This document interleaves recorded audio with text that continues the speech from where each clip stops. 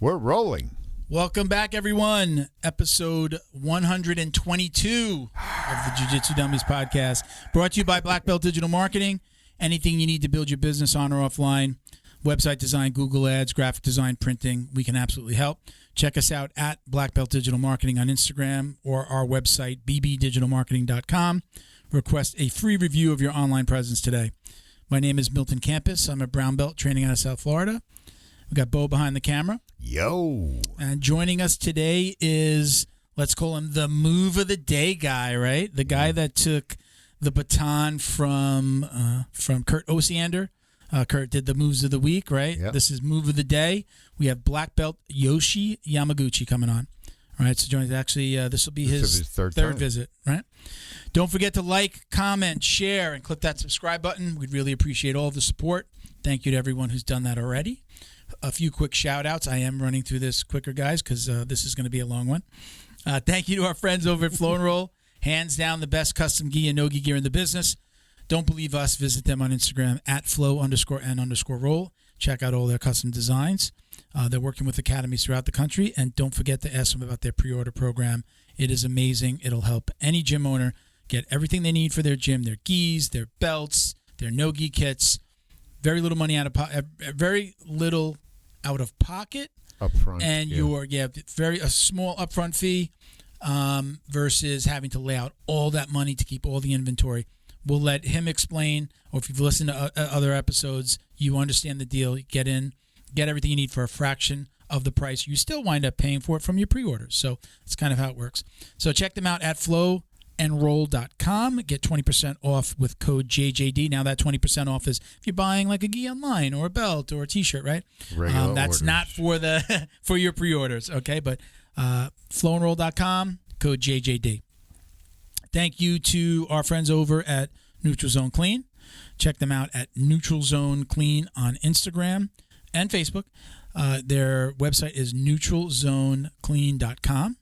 And the mission is all about keeping you clean on the mats, training, personal life, in the gym. You got soaps, wipes. You got the spray bottle there, the refills. They've got the new liquid body gels, I'm going to call it, so body gel. So you can check all that stuff out. Keep the yuckies away. I got wipes in my car. I go get gas. I'm touching that handle. I shake somebody's hand here and there. I always get in the car. No disrespect. It's just in a world of right. Got to wipe them down. I use it. I wipe my my steering wheel. Right. Sometimes I get in the car and I haven't wiped. I wipe my steering wheel. I wipe all the things that I touch. So I actually use this stuff. Check them out at neutralzoneclean.com. Use code JJD to get 20% off. That's for the rest of the month of July. It's normally 15% off. Code JJD will get you 20% off for the rest of July. All right? My new, let's call it favorites. I don't have a favorite. These are like all of our kids. I don't have a favorite, but I do love my Leo optics. Right? Very cool. These are bamboo sunglasses, right? This is a wood frame. Very cool. I love them. They have a whole bunch of different designs. They have aviators. They've just launched a whole bunch of new. Actually, you know what? Let me instantly you're 007. You put them on, you're like actually, if you go check out the website, they redid the website. Cool. But you can see all of the cool new glasses. Yep. See new releases back in stock. I have these and the ones that I'm wearing now. Got the Jits player. Suavecitos. I think, are these the Suavecitos? I think these are these the Suavecitos. I'm not sure. I think these are the Suavecitos. That's version 2 there that you see. Some of the designs you can actually get. Oh, you see, you got it on screen here, right? You got the see the little red. Mm-hmm. It's like a belt stripe. The stripe from the black belt. Well, you can get it with different stripes there to represent your belt rank on some of them, on not all of them. Nice. Okay, but again, very cool. Look, a little different here. Look at that. I like those a lot. Right? More like an aviator, right? So really cool. Love working with them. Use code JJD for 10% off of your order. Nice. Okay? And we've also got BioPro, our newest sponsor. I am on, I took day 17 today. Looks, I'm putting them back in just to see. You don't have to put them back in the box. The little vials, right? You got these little vials here. I already took mine. Oh man, I just messed up the whole box. I took mine already today, so I'm not going to take one on air. But I'm up to day 17. I've talked to people about what I'm feeling. First, well, it's funny because I want to make sure I don't say it in a nasty way. Libido is through the roof. I was just going to say. Libido, right? I was just going to say, bro. I mean, like, I'm a walking boner. Yeah, third leg. I got a third leg going. Libido is through the roof. No bullshit. I know because I've been trying to, like, figure out what do I do at 50 years old. Libido through the roof. I am honestly down. I normally drink probably 3 to 4 coffees a day. Mm-hmm. And we've talked about the nap thing too. 3 or 4 coffees a day, and I'm always taking a nap. So they don't work. Taken the occasional nap, so I'm still taking the occasional nap. Right. The brain fog though, like when you wake up in the morning and you still feel groggy. Yeah. I'm not feeling that if I do take a nap when I come out of that. I had to have another cup of coffee. I had to have a coffee. Yep, me too. Just like when I wake up in the morning, I'm like, gotta have my coffee. Like first thing I do is get a coffee. I still have my morning coffee, but I'm not feeling like that for the rest of the day. I have had like the second cup of coffee because I'm like, I'm supposed to have my coffee with like lunch. So like I almost use it as like my sweet tooth thing to to scratch that itch. I'm having that one, but like I'm not feeling like I need it. Again, still early. I'm in my first month, but I'm feeling those effects. I don't feel that whole like literally like weight on the brain. I guess people are calling it brain fog. Yes. Like a wet blanket on the brain, and I'm like, oh, the coffee takes it off. I'm not feeling that anymore, which was one of the things that excited me the most about it, that what I heard from other people. Greg Lapel was one of them. Yeah. So if it's not working, I'm not going to take it. Where's my camera? If it's not working, I am not going to take it. But if it works, I feel like it's working. And look, 50 years old, libido through the roof. I'm happy.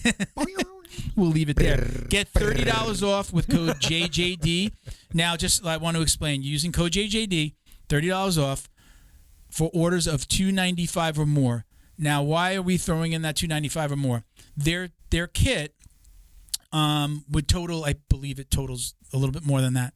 But they have done like $100 off a kit, a 2-box kit, right? You get 2 of these. And $100 off of those 2 kits. So you're not also getting the $30 off. So we've just kind of thrown that in there, right? So your order's got to be over $295 of their regularly priced kits. Hope that makes sense, right? If it's not working, just look. Oh, wow, there's already $100 off this. That's why the code's not kicking in. But check it out. Hit me up. Let me know when you're taking your first shot, and tell me when you're taking that, day 17, 18, like I just talked about. I'd love to hear your feedback. All right. Thank you to the BJJ box as well, right? They are Jiu-Jitsu's favorite monthly subscription box. It's delivered to your door filled with premium Jiu-Jitsu and grappling apparel, equipment, supplements, supplies, snacks, and a whole lot more. They find the best products in the world of Jiu-Jitsu and guarantee every box is going to be worth more than the cost. Each box includes 4 to 7 items that you're going to love, so use coupon code JJD10 for $10 off your first order, okay? We don't have a new unboxing or a box today, but I think we'll have one in the next episode, which is in a couple of weeks, all right? And this is going to be officially like our last episode here, unless we need it as a backup, but we'll be up in the Boca studio. We film on August 8th, so we should have that one out the following week. I think that's a Thursday. We'll have it out the following week. So second week of August will be our first one that everybody can see us in the new facility, in the new studio, which I think is really cool. I'll probably do a couple of just like pictures just to tease it a little bit, because I did get some video and pics of the studio. So it's really cool. So we'll leave it there. Let's get Yoshi in here. Let's do this. What's up? Welcome, Yoshi. How you doing, brother? Dylan, man, how are you? I'm doing good, man. I think we're glad to have you back, first of all.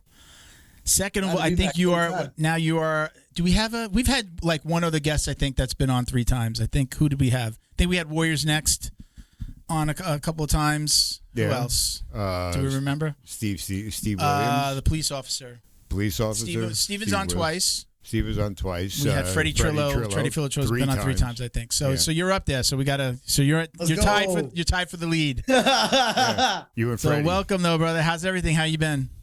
Everything's great, bro. Everything's so good. Yeah. Yeah. You still You got the move of the day still going, which is nice to see, right? Very cool. Yeah, man. How's that been going? How has it changed your life, Yoshi? There's definitely one thing that's changed my life is like I didn't realize the reach. Like I thought, it was like Bay Area, a little bit of California. No, right, like, man.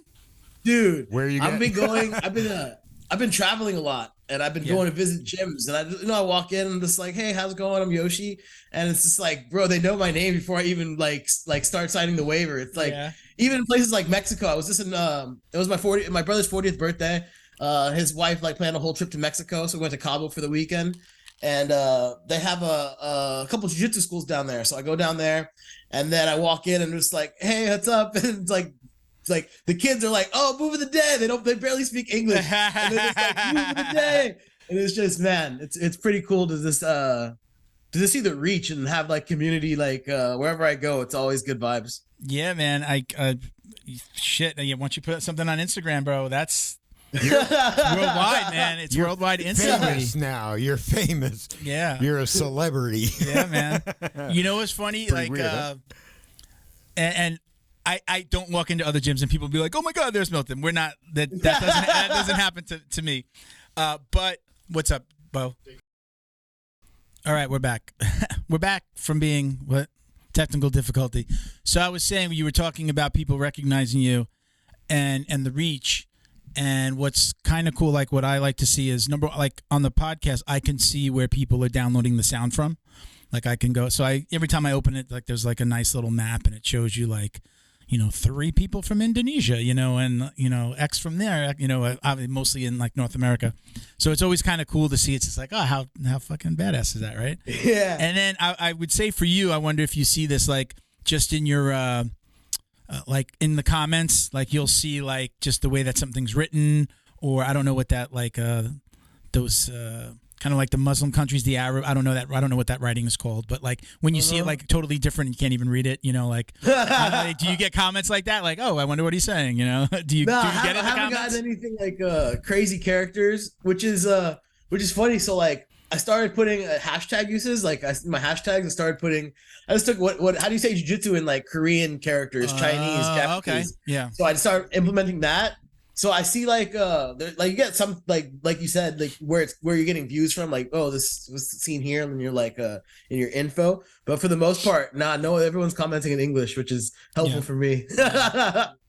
We were Bo and I were talking a little bit. Bo does this thing. I think it's gonna blow up for him. He does this thing called Handy Wisdom.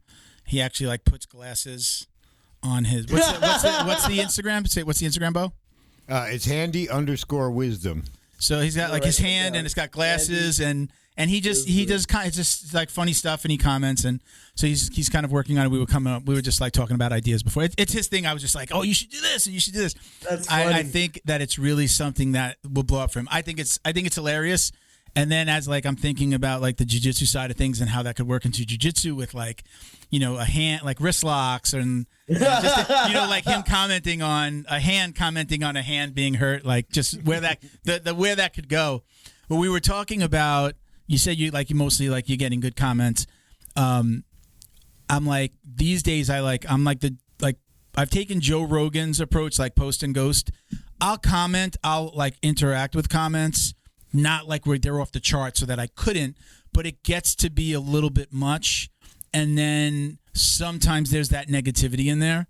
Do you find that at all? Or I know it can't be all positive. There's got to be the one guy, that'll never work, the shit like that. Yeah, definitely not all positive. And I need to get better about this. I kind of did take a step back, especially with like the messages and like the comments. I did take a step back just to like clear my mind a little bit. It was becoming a little too much. Yeah. But one example is this, like I've hurt my knee recently, and I was still posting videos, and then the guy was like, "Yeah, you should bend your knee more," and I'm just like, "Yeah." I didn't even respond. Like I don't want to like be like, "Oh, I'm hurt," like anything like that. So it's just like, "Yeah, let's take it. Let's take it on the chin." That's not that bad. That one's not that bad. I put like I've been posting just because I think they're funny and I enjoy them. I really do. I post what I think is funny, And then obviously it works. I see you're posting things that you like to do and your moves, right? And then sometimes you have somebody else come on too. I feel like if you do it for yourself, you do it to feed your whatever inner child, inner jiu-jitsu guy, whatever it is. That's when it'll resonate. If I like it, somebody else is gonna like. You're not gonna please everybody, but I've been posting just like I found these a couple of channels. One is called Kids Getting Hurt. Every time I say that handle, everybody laughs. Doesn't matter who it is, everybody laughs. Man. I said that to a buddy, and I was just like, "Oh, check out this channel," and he saw the name, and he was just like, "Nope, not gonna do it," because he thought it was like gonna really be like really bad shit. Mom, like it's Instagram, they're not gonna let it go too far. But they have Kids Getting Hurt, Kids Getting Turned, like turned up. Then I found like Nature is Metal. Everybody probably sees the animal videos from there. That one's awesome. And there's one called America's Got No Talent. They're just funny videos. Most of the time they wind up, even with like Nature's Metal, it winds up with something getting eaten or somebody getting hurt, right? So I just started going, I'm like, that's funny. I'm like, oh my God, that's like there's a jiu-jitsu thing in there. There's a jiu-jitsu something in there. The other day I posted an elephant fighting a rhino, and he winds up impaling the rhino with a horn. And I just reposted it, like I made it like about a gym bully, like when the gym bully's got to take care of the visiting, bully, the drop-in bully or something. I said, and what do I get? Like people like, that's wrong, that's messed up, like people commenting and having conversations about why they were fighting and who's the aggressor and all. And I stayed out of that totally. Then the other day I posted one. It was there was a kid falling down, like it looked like basement stairs. A kid just like fell and rolled down the basement stairs. A little kid too, and it was on that page, and it was on one of the Kids Getting Hurt page, and I just reposted it. And then it's just like, is that kid okay? And then somebody's just like, I'm out, unfollow. Like that's not funny. God. But like I think that's funny. Like I didn't make the video. I'm the person in the video letting the kid fall down this. Like a woman is on like an exercise bike in the basement, and then the kid just comes rolling down. So like the kid wasn't being watched, right? So stuff like that, I don't get into it. But that's just like a new thing I've been doing, and maybe that stops. But I just thought they were funny, and people you can just scroll by something and not comment. You're not gonna like everything, and there's people that want to. I've done it too, like too far. Too soon, but like kind of maybe even joking, like I'll comment. But these people that are just like, they take it so seriously and really want to get into it, almost like they know you. And I think that's part of it, probably for you more than us, because you are the person on screen all of the time. Is people think they know you and then kind of want to have that conversation. Like, I watch your stuff all the time. Like, you don't know me, like, right? They're thinking when they're messaging you that they almost have that interaction. I don't know. Do you find that? Do you kind of find like people think they know you already? For sure. Yeah, which isn't necessarily a bad thing. It kind of breaks the ice for a lot of things. I feel like I'm such a happy kind of go lucky kind of guy that's like it's kind of nice sometimes to get that like, oh, it's all good, we're good vibes. How about in the face to face though? Like when the face to face, are they just like immediately like? Again, it's like they know you. Does that make you feel weird? Because online is one thing. Face to face, it's just like, whoa, how do I know it's all good as long as like they just don't want to talk to me for an hour. Some of these guys just want to talk to me for like the whole time, and it's just like, yeah, I'm just trying to roll, dude. You like, let's go. But when you like with the comment thing, is like, was it like PETA like activist type things like with the animals, or was it like were they really like upset? Well, again, it was like I'm just reposting. It was a Nature's Metal video. I reposted. I cut a little bit off, and the part that I cut off was just like the rhino running away after it got impaled. But it was just the same video, and then I put like the mat. In our world, right? There's always almost always a mat enforcer. Like, hey, look at that guy that just dropped in visiting, is being a dick. There's always somebody that gets the nod. At least in my gyms where I've been, and it was. It wound up being a little bit more, and with that one in particular, it was like people trying to explain what was going on. Like one was like somebody like wrote this long thing about explaining that even though the elephant impaled the rhino, I guess it's like, if you really get into it, which I think is silly, but the rhino looks like it's attacking the elephant. But then somebody was just like, it was probably the rhino defending itself because male elephants will try to have sex with rhinos. I think male or female. Yeah, right? So that's the conversation that's happening in the comments. And like, then what the fuck? It even got into, somebody was just like, oh, is that a male or female? And somebody's like, look between its legs. You don't see the dick hanging down. Like, it got into that. Like, people are just going back and forth. Again, I think it's funny. Sounds like Miami Beach. Yeah, right? I think it's funny. If it was more personal, if it was like me in the video and then somebody was commenting, I don't care who you are, you're going to take a little bit. That's why, like, again, Rogan is like post and ghost, because he knows if you get into it, it's a rabbit hole, and it winds up weighing on you. Like, he's a, I don't know if you watch Rogan at all, but like when I love to watch I watch Rogan, and I always like watching the comedians, or the, MMA guys or the comedians is usually what I watch. I'll search those out, and he'll always like recommend to like a guy who's like getting into the comments with people, but then some of the comedians, that's their thing. It's to totally rip somebody down. You just have to have a really strong mind to not let it get to you. Because even when they're not personal attacks, I'm like, motherfucker, why do you have to comment? Why do you have to comment about the damn elephant? Right? And you want to say something, and then I always catch myself like, post and ghost, don't do it. Yeah. So I'll really like respond to the positive. Oh, I love the show, or that was great, or hey, where's Miguel? When's he coming back? Like stuff like that. I'll always respond to those. Where the fuck is Miguel? Miguel? This is my third time. Yeah. Has he not been here for any of your podcasts? Oh shit. So Miguel, super good friend of mine. I've said this on a couple of podcasts. We're super good friends. He got like this really big deal, like a client at his job. I won't go into what he does, but he's like involved with like installing basically like city water systems. Like, he lays pipe. Yeah, he lays pipe. Yeah, that's an easy way to say it. Fucking pipe layer. He lays pipe.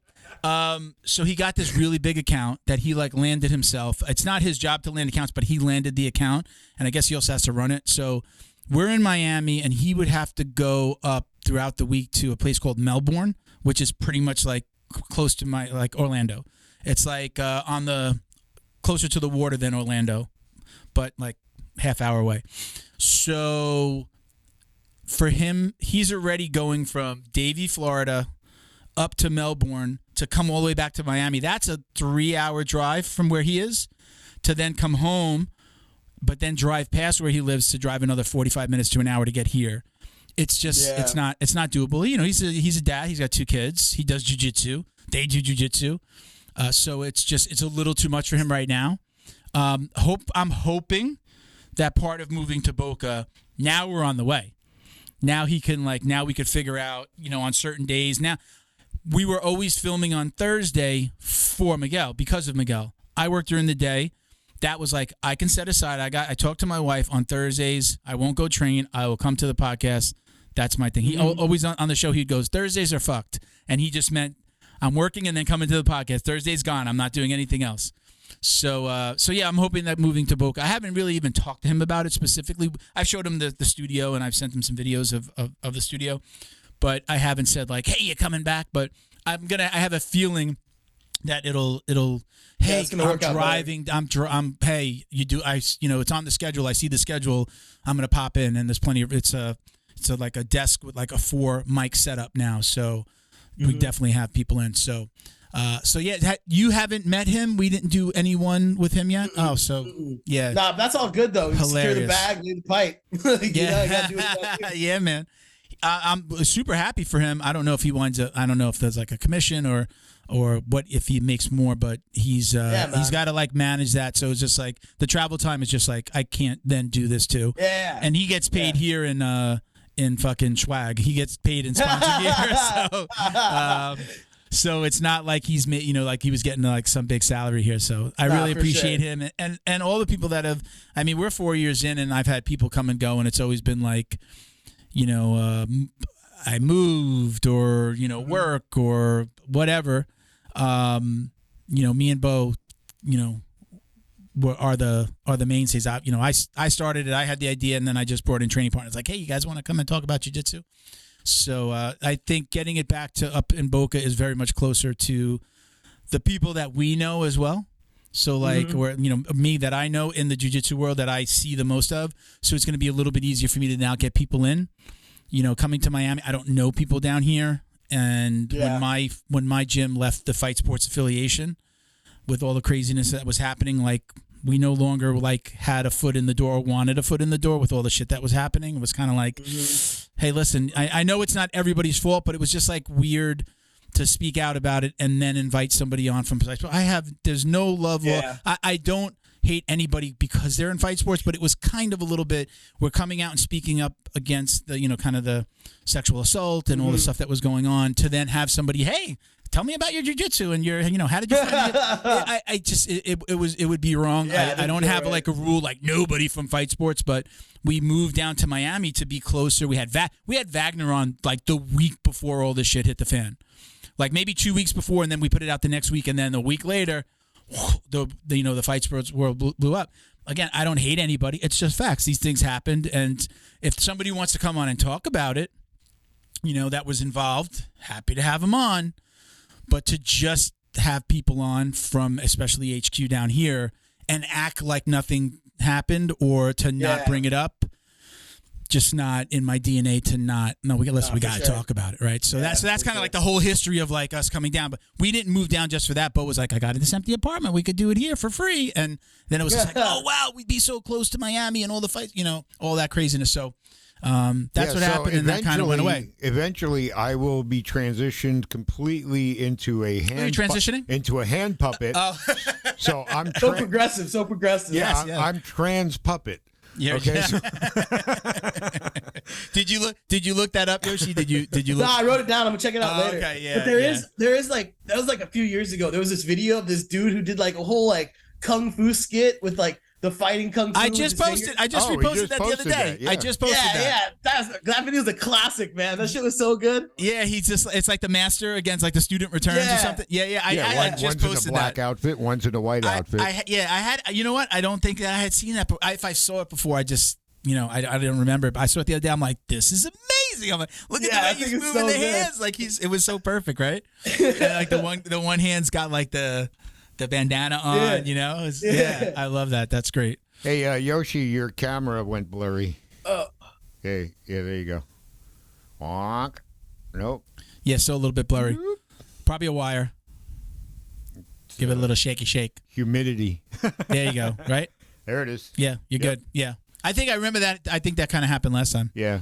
Yeah, I need to get a new camera. I got a piece of shit Logitech webcam. Oh, so do we. Oh, I looked mine up I typed in piece of shit web camera. I've been waiting for Bo to send me an Amazon link to a better camera since the entire time we've been here for like the 2 years, and we either he didn't send it, or I just missed it or forgot, and we just stuck with the same. I think I put it in the list, in the wish list. Yeah. Well, now Amazon, I don't think we need it now. Yeah. So yeah, I mean that's again going. That's a big part of why we're moving up there, to kind of get back in the mix. The driving's a little bit killer for all of us, but so we'll make Bo drive for a little bit. Bo drove the first 2 years. He drove an hour up. Now I drove down for the second 2 years, and I think actually we were talking about it. Bo will probably just do like the post production, because they have a production staff there, so they'll do that, and then we'll get it to Bo, and he'll do. I'm just gonna get one of those make it pretty. Jetpacks, the jetpack things. Yeah, and just. At least, So Bo's still here, and yeah, it'll be cool, and hopefully you'll get to meet me. Like, bro, man, if you ever, advertise some seminars. Coming to Florida. Yeah, do some seminars down here, man, and we'll get something on the schedule. That would be awesome to have you here. And I'm moving to. We're flipping our house, and I'm going to a 3-bedroom, and I'm going to have mats. Hey, I could work out in the house, but I go to my gym 6-7 days a week now. Mm-hmm. But I'm going to have it so that I can film content there. So it's going to look, going to make it look like a room, and then have I'm going to film content there. So we're going to do that as a little bit of that as well. But our stuff is going to be very much tongue in cheek. Miss your morning routine, Bar Pro.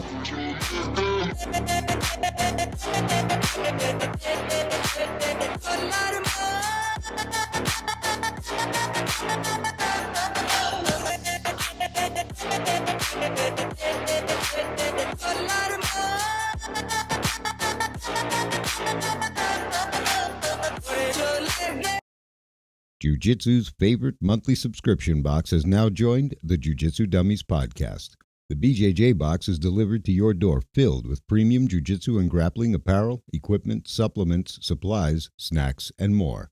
The crew at the BJJ box find the best in the world of jiu-jitsu and guarantee every box to be worth more than the cost. Each box includes 4 to 7 items you're going to love. Visit thebjjbox.com and use code JJD10 to get $10 off your very first box. And give them a follow on Instagram at TheBJJBox.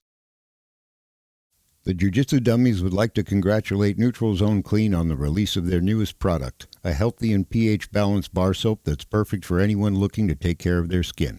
This soap is made with all-natural ingredients that help nourish and restore your skin's natural barrier. It contains glycerin, which naturally attracts moisture to itself in the skin, leaving it feeling soft and hydrated. The new bar soap also contains a blend of olive, coconut, and castor oils and shea butter, which are rich in vitamins, nutrients, essential fatty acids, and antioxidants that help fight harmful bacteria. With tea tree and other natural ingredients, it also helps in the prevention of fungal infections. Not only is it effective, but it also leaves your skin feeling fresh and lightly scented. It's gentle enough for even the most sensitive skin, making it a perfect choice for the whole family. Be sure to check out their website, neutralzoneclean.com, for a range of all-natural products including sprays, wipes, and shower gels, and use code JJD for 15% off your order. Special thank you to the crew over at Flow and Roll for all their support. Flow and Roll is renowned for their incredible no-gi rash guards, shorts, and leggings. Flow and Roll has quickly become the premier custom apparel provider for academies big and small throughout the United States. Reach out today to discuss your custom order and ask about their incredible pre-order program. You can send an email to flowandroll@gmail.com or visit their Instagram at flow_n_roll and shoot them a direct message. And yes, they can create an awesome custom gi for your academy as well.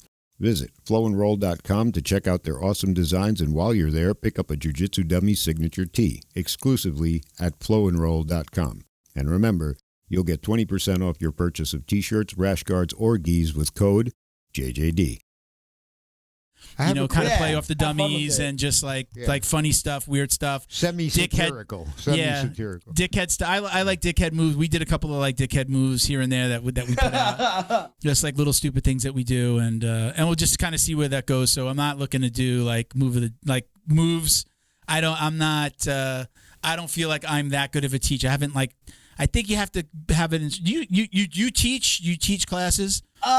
Every once in a while. So I'm there's an academy right outside of San Francisco called the Cave Academy, and when the main guy works for the SF Waterworks, so he does all the construction for the he lays pipe for the city. Him and Miguel get along really well. Nice. He'd be laying pipe for the city, so sometimes he has to call in at night, or he has a big job to do, or a water main broke in the fucking downtown, he has to go fix it. Yeah. So I'm his substitute.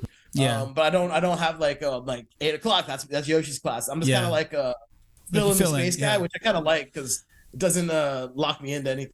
I think you have to be, in order to do what you do and what other people do, you've got to have an instructor. You've got to just be doing it all the time, and then you do it and you film it. Okay, I've I'm a brown belt. I haven't coached since blue, since my very first school up until I was a 2-stripe blue belt, but I was helping out. But it was kids class and beginners, so everybody was behind me. I wasn't training higher belts, and I loved it. I love that. I still to this day, I know broken record to our listeners, but I love grabbing the new guy, especially if it's bigger. They're always go to Milton, So they're doing a move of the day, but when it's okay, ready, let's do that move, 1, 2, 3.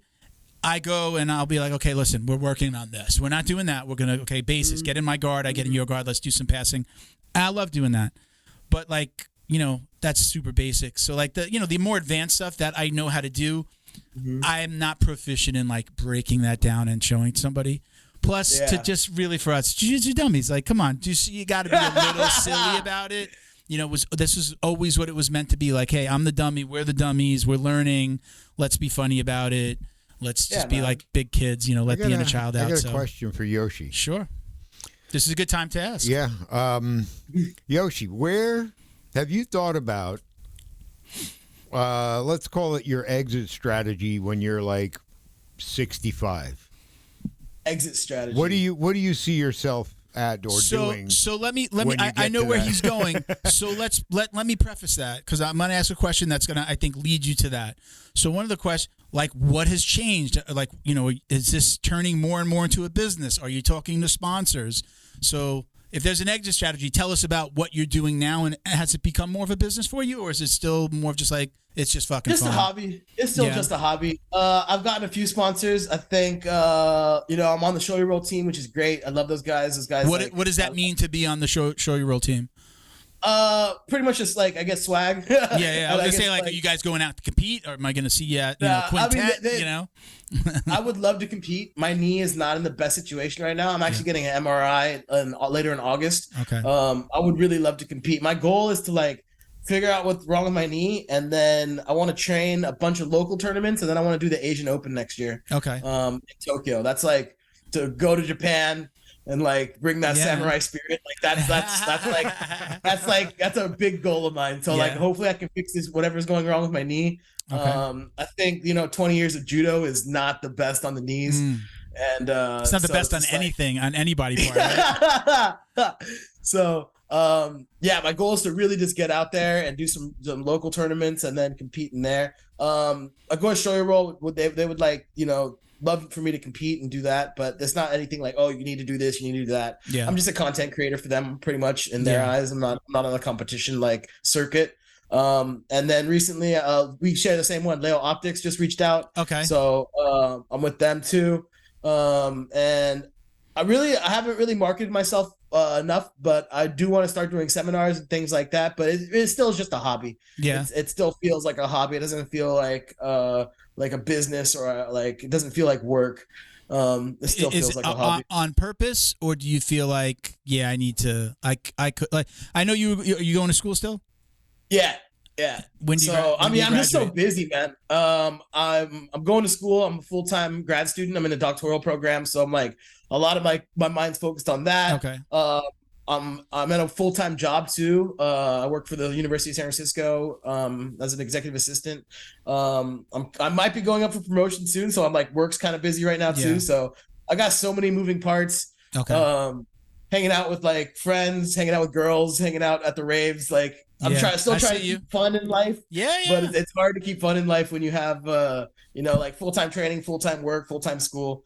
So no, okay. Trying to do everything. Full-time party. Yeah. Full-time party. Yeah, man. If there's if there's ever a time, the business side of this, I could be helpful with some suggestions, show you like what we send out, like the kit that we have, like a 2-page kit that we send. It was a 1-pager, now it's a 2-page. Like it's grown. Shows a little background, shows our packages. I always say though, but if you show your package, make an offer. Not make an offer but I'm open to suggestions. What do you want us to put together? And us doing like more content is part of that. Is like it opens up. This is a business for us. This is part of my Black Belt digital marketing company business now. Clients have become sponsors. Sponsors have become clients. So it's totally unintended, unexpected. Happy that it did. So it is a business. So it's just, like we just brought on BioPro, Leo Optics a couple months ago. So it's, it is. This is the work. This is my version of, what you're doing. I'm not going to school. I'm not in the doctoral program.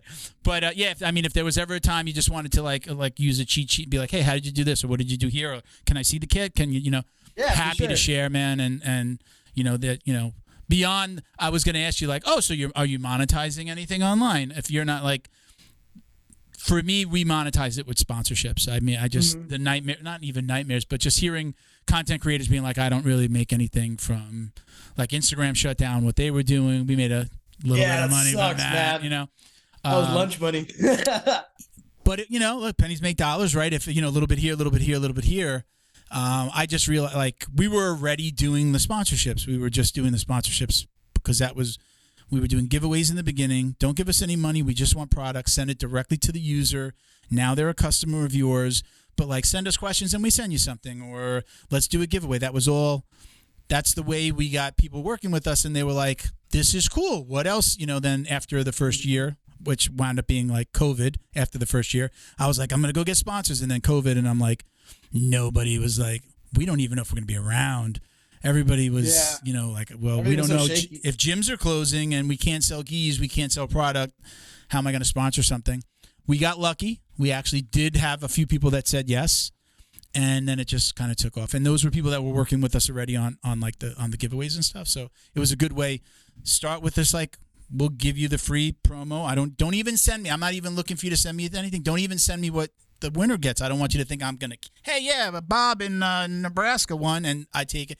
No, send it to them. Now they're in your funnel, and they're a customer of yours, and that's how we built it. But, yeah, it's been cool, It's, just grows organically like that. Just take care of your people, and then they see like, oh, what you're doing is super cool. Like I love that. I love that. And that now it turned into something. And honestly, like I've joked again. I said this on the last podcast, so I apologize to anybody who's like, this is the same podcast. Like I've said, like we're very knock on wood. I love when a sponsor reach out. I don't search for sponsors anymore. We have, including Black Belt, like we have like 7 sponsors. So it's like, there's limited space. I'm like, we're becoming like the NASCAR of podcasts here. There's so much. The new studio will also let me break that down a little bit better and like where we put stuff, so it's just not like all in their face, but still represented. NASCAR is calling. Hey, NASCAR, we want to sponsor the podcast. So look, good problem to have. Yeah, but it was all really, it's like every sponsor has probably talked to every other sponsor, or at least some of the other sponsors. Like Flow and Roll is going to have rash guards in the quarterly box for the BJJ box, right? Neutral Zone has spoken to BJJ box about their CBD and their clean products, right? Like, so like we're putting always connecting people. I think Leo Optics talked to Flow and Roll about doing shirts. Like everyone's talking to everyone, which is kind of the like part of my pitch when I'm talking to somebody. I'm like, this is more than just we're going to mention you on the podcast. We do giveaways online. We do this. We do that. And please talk to the other, like, see where the synergy is. Hey, you guys also do something. If, hey, the web, right? If that web around the podcast and for you guys works out better, they say, hey, I got a guy that we sponsor that we think would be great for the podcast. Send him over, man. Let's talk to him. It's not a connector. It's not a way to get on for them to get somebody on the podcast. So you got to sponsor us. But it happens like, hey, that guy's awesome. He's got a great message and he happens to be sponsored by you. Well, why not? Like, so that's kind of fit in. So, that's just the way we made it happen. Part 2 of that question: where do you see yourself? So the exit strategy. 65? Let's go. Yeah, let's go back to that question. Where do you see yourself when you're like 60, 65? Where do you see your life going there? Or have he's smiling like funny answer loading. He's like funny answer buffering. I mean, man, hopefully my fucking knee's still working. I can walk. Nah, but I'm gonna keep training. It's just have fun, keep training. There's this guy in my academy. We call him Old Man Mike. He's got to be 72. If 73. You said 50, I would have killed you. Nah, super old as dirt. He's like he's 50. Fucking old as he's 73, dude. He'll go to the biggest guy in the room, youngest guy. And he's like, let's go. He's just, let's bang. And that's where I want to be. When I'm that age, he rides a bike.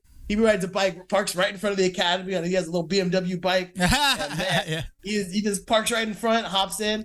And dude, he's been Old Man Mike since I was a white belt. So like, he's been grinding for a minute.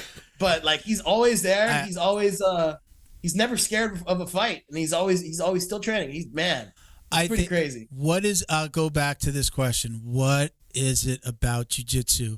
Somebody that's listening that doesn't do jiu-jitsu, or they're in the car and the wife doesn't train and the husband's trying to get, what is it about this that makes you fall in love, that we're willing to do this to our bodies? That's the secret of jiu-jitsu. Everything will hurt. What is it about that? What is it that makes us so addicted, right? That gets us so addicted. I think there's like multiple facets of it. It's like, one, it's human chess. So it's like problem solving with our body. That's like one layer of it. 2, it's almost like tribalism. It's like a small group of people from different ways of life come together to accomplish a similar goal. And it's just like when people come together to accomplish a similar goal, it's just like magic happens. And it's guys and girls, but like jiu-jitsu is mainly like, there's usually more guys than girls in the academy. And it's something about just like being with the boys and just like, you know, trying to like fuck each other up. It's like there's something to that. And it's like, even when you're in bad situations, it's like, I've been watching a lot of World War I and World War II, like documentaries and movies. And it's like, yo, they're in the trenches. They're like going through shit, but a lot of them are smiling sometimes, like in the footage, and like, you're like, damn, it's because they really came together to accomplish something, to like a common goal. Yeah. Like these guys didn't know each other yesterday, and they're just like shoulder to shoulder in the trenches. And I think there's something really to that, where it's like you come together and you're just like, man, this is pretty badass what we're doing. So I'm gonna take that. I'm gonna mention something I saw this morning. I watched it's like a story. Like I've like been watching the news on like some CBS app that's on like Samsung TV that just like comes automatically. So I'm like, I throw that on, have a cup of coffee in the morning, and they did a story about these do I call them elderly? Older women, like 60s, 70s, 80s. I think the oldest player they had was in the 90s, in her 90s. And it was, they play basketball. There are these old women, and like, I think they're like all wearing like these long black skirts. One of the rules is no running. So they're playing basketball, walking, right? They don't want to hurt each other, right? But they have this playoff. It was like, I think they were at like the finals or something for the league. And it's these women, these older women that are playing basketball. And these were not women who played basketball their whole lives. But the one common thing, when they interviewed some of the women, the one common thread, the thing that they all had in common, they all said it was the camaraderie and the community. Yeah. And I guess that's true for us. That's true for any community. You said, you know, being in the trenches, right? You could have like we had so many Marines and retired a lot of veterans on the show that were involved and that have also been guests. And sometimes it's like, I put two guys have been on the show. These guys would never talk to each other. They would never pass each other on the street if it wasn't for the military, that they were a veteran. Like that, they're automatically brothers. Even like Marines are really tight, but then like Marine in an army, like somebody who was in the army, like they'll rip on each other. There's always like the crayon jokes, like I guess Marines eat crayons and stuff like that. Right? So they say but there's this camaraderie, there's this brotherhood, especially within each branch.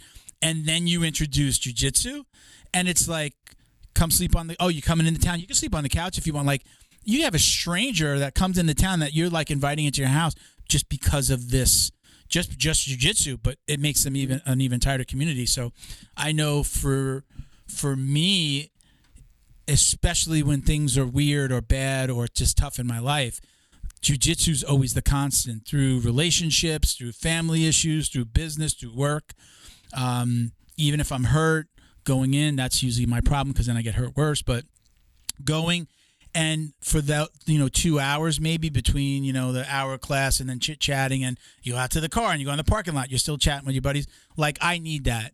That's good for me, especially as somebody who works from home, and most of my conversations are like this, over video. To have that human interaction is huge for me. It's huge for just my mental health. So... But it was, that story was just like these older women talking about community. And one woman said, she was just like, my husband died recently, and these were the people that were there for me. It's like, okay. It's just on any level, just finding that community, whether it's jiu-jitsu or freaking, playing checkers. There are people. My mom did you. That with tennis. Play checkers? Got a whole with tennis. No, with tennis, she's got like a whole community of older people. Yeah. That play tennis, they get together and they do that. It's not super. Now it's pickleball. Are they doing pickleball in California? My dad is an avid pickleballer. Avid pickleballer, huh? Avid pickleballer. Well, he teaches. He loves tennis and golf, and he teaches. He's retired. He was Air Force actually, so he's retired military. He was playing tennis a bunch with the kids, teaching kids how to play tennis. And then with his friends, he plays pickleball. Yeah, and he's trying to get me. I haven't played with him yet. My brother says it's actually pretty hard, but really? I haven't gotten out there. So is it? I haven't watched enough of it. Is it just basically like tennis with like it's like always? Is it doubles? It's like tennis. It's smaller. The paddle's hard, so it's kind of like almost like a ping pong paddle. It's bigger than a ping pong paddle, though. Okay. But it's a hard paddle, and I don't know what kind of ball they use, but it's a different ball. Okay. But it's pretty much tennis, but smaller. Is the net also like lower to the ground, right? I think so. Lower, yeah. Yeah. I have a buddy. His name is Alex. He's my barber. I met him he's a training partner. He's been out. He's been a little sick. He's been out, but he's a barber, and he's been doing pickleball. So I don't know how. I've had 2 people in my life that play pickleball. Him, and I'm in like this business referral group, and our president of the group is always talking about pickleball. I don't know how. Maybe it was like I attached myself to it, but I started getting targeted with pickleball Instagram posts. Now, it was probably because I like watched one because either somebody sent me something or I was just like, oh, that's the thing that they do. But I guess since I've watched them, now I'm getting retargeted with them, and I'm getting so it's jiu-jitsu and pickleball in my feed right now. So I'll send him stuff, and it's funny, like it's a community.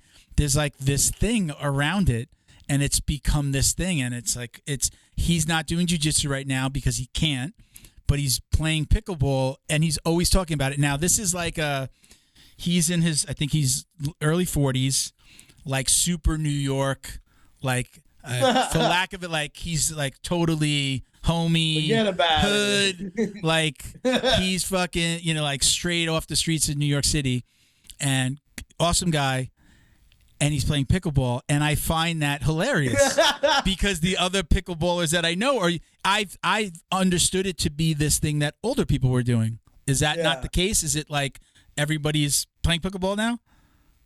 I think there's both levels. I think it's mainly older people for like recreational pickleball. Yeah. But there's also like competitive pickleball, which like I think there's a bunch of young dudes that are like, let's get it.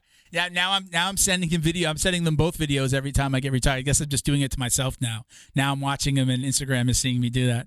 But what I wanted to go back to? Somebody said, "Let's make this hurt." Yeah. Well, speaking of hurt, you were talking about your knee, and I'm an advocate for jiu-jitsu. I love jiu-jitsu. I'd take every bit of pain that I have and every injury that I've ever had and will have, knock on wood, hoping not too many. I would take all of it before I stop. No, for sure. But there's this little part of me now as I get older, when that mom asks me about jiu-jitsu or, a friend asks me about it, I'm not so like, it's not like I was before. I was like, yeah, man, come down. You got to do it. I still love it. I'm still saying that. But there's this little part of me that feels a little guilty. Like, just be prepared. You're probably going to blow out at some point you're going to blow out a knee. You're going to tear an ACL, MCL, whatever. Your neck's going to always hurt. Your wife's probably going to have to help push you out of bed as you get older. Like my wife I'll be like, she'll lean over and she'll push me with her foot. I'll be like, I can't really roll and throw myself. So she'll give me a little push. If you're prepared for all that, come on down, come on in, for like when I see the kids, especially when I see kids like doing a lot of like inversions and, they're on their neck, and I'm just like, there's a little part of me that wants to say, you don't have to jump on this if you don't want to. I know for me, I'm just like, man, I really wish somebody would tell them not to do that, because in 20 years, you're gonna be getting some surgery, man, because that's just gonna fucking hurt. Yeah, I was just rolling with the 16-year-old. I was just rolling with the 16-year-old, and he's so flexible, and he's getting mounted, and he's throwing his legs up, and he's like trying to pull him down and doing all this crazy stuff, and it's like, that'll work when you catch him, but it's just like, you should have your flexibility and things like that, like your youthfulness, accentuate your technique. You shouldn't have it replace your technique. Okay. So as long as like someone's like keeping them on the right track, like especially when when they cut through past, like let's say someone's doing like a matrix and they like turn around and like try to 180 with their knees still facing that way, and it's like their head's facing the other way. It's like, that might work right now, but come on, you're gonna fuck up your ACL. I am a horrible knee cutter, because I blew out my right knee, and I'm going that way, right? I'm going that way, and we do a lot of lockdown. So I saw we call it folding the leg, but where you let go of the lockdown, but you kind of fold the leg. You're scooping that you can't see my leg doing. Toward the outside? Yeah, I saw a video the other day that actually named it and said the name of it. I don't even remember, but we just called it folding the leg. Fold the leg. Like fold the leg. But like you're in the lockdown, you let go of the lockdown, and the outside leg folds their outside leg, and now it's an easy sweep, right? that's how I blew out my knee. Yeah, that's a super dangerous position. Yeah, people say it's actually probably worse than the lockdown. Like I all day long I will sweep people with the lockdown in, even do like a little electric chair, and my coach like, you're gonna blow out somebody's knee. I'm like, what? How? I don't.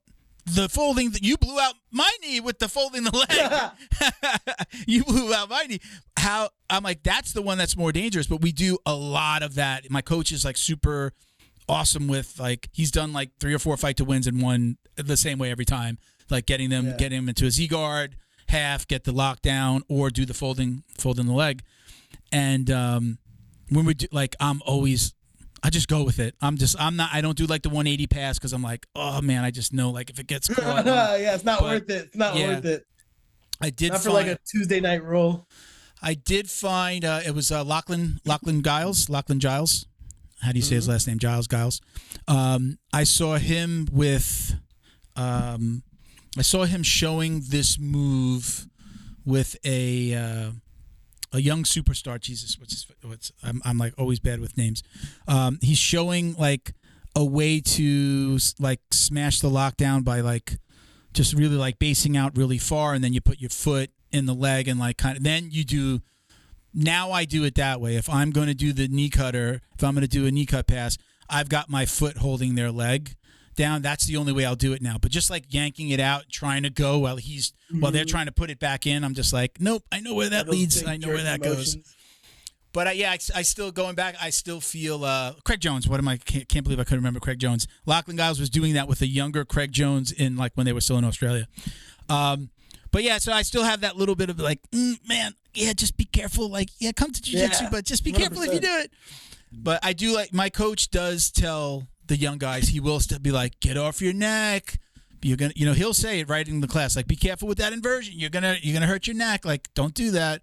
But there's always that guy that freaking, like, I do a lot of north-south too, and there's one kid that just throws his legs over and then just tries to take my back and come out of it. I'm just like, what are you doing? That's a cool move, but it's like, yeah, the likelihood. But if like someone does hit it, you're just like, that really just happened to me. Did anyone see that? All right, I'm also, if it's usually it's the younger guys that do that, and I usually just let it go. I'll let it go, and then they stop. Like I let it go. There's a nice little kind of submission from there if you've got their arm caught, and I'll let it go, and I'll just move on to something else. I know number one, if I don't let it go, and then we're fighting, he's like throwing his leg, and I've just got his neck here. I'm like, it doesn't lead to anywhere good for him. Even if he takes my back. I'm surprised your coach doesn't. I think that the knee's dangerous in lockdown. I feel like the knee's actually pretty secure in lockdown. I do a lot of reverse lockdown where I don't lock it down in between the feet. I go to the outside and lock it on the outside. Yeah, like I like that a lot. Yeah, I do both, but I prefer the reverse lockdown. I just feel like the knee's okay. I think when like you're in half guard and you like I don't know if you know Coyote guard, Lucas Leitch system. It's like probably when you seen it. I don't know the name. Yeah, when you use your heel and reap out their leg to like they're pull out their leg and like then you entered Coyote guard. It's like I feel like that part when you're saying folding the leg. I feel like that might be the name of what I'm talking about. Right, you're letting it go when you fold the leg out. So you reap their heel out away, right? And like yes. Yeah. Okay, so the name is called Coyote guard. No, Coyote guard's when you sit up, when you like use it and then you pop up on your knees and they're like kind of over you. You're kind of like in side to side and they can whizzer. Okay. But that is like I feel like tweaks the knee. Okay. I've never like felt like, oh, I should worry about their knee when I'm putting lockdown on someone. Well, I know I've had this happen when I put somebody in lockdown, like somebody maybe that visits and didn't understand it. They'll try to do a 180 with their leg in lockdown because they don't know. They're like, oh, my leg is up. Normally I just do a 180 here. It's like when somebody doesn't know. I agree. I mean, I don't feel like I've ever put anybody's knee in a lot of danger, but like the electric chair, like that's illegal in IBJJF. Like you can't do a lockdown electric chair pad. You can't have that leg on your shoulder. Yeah.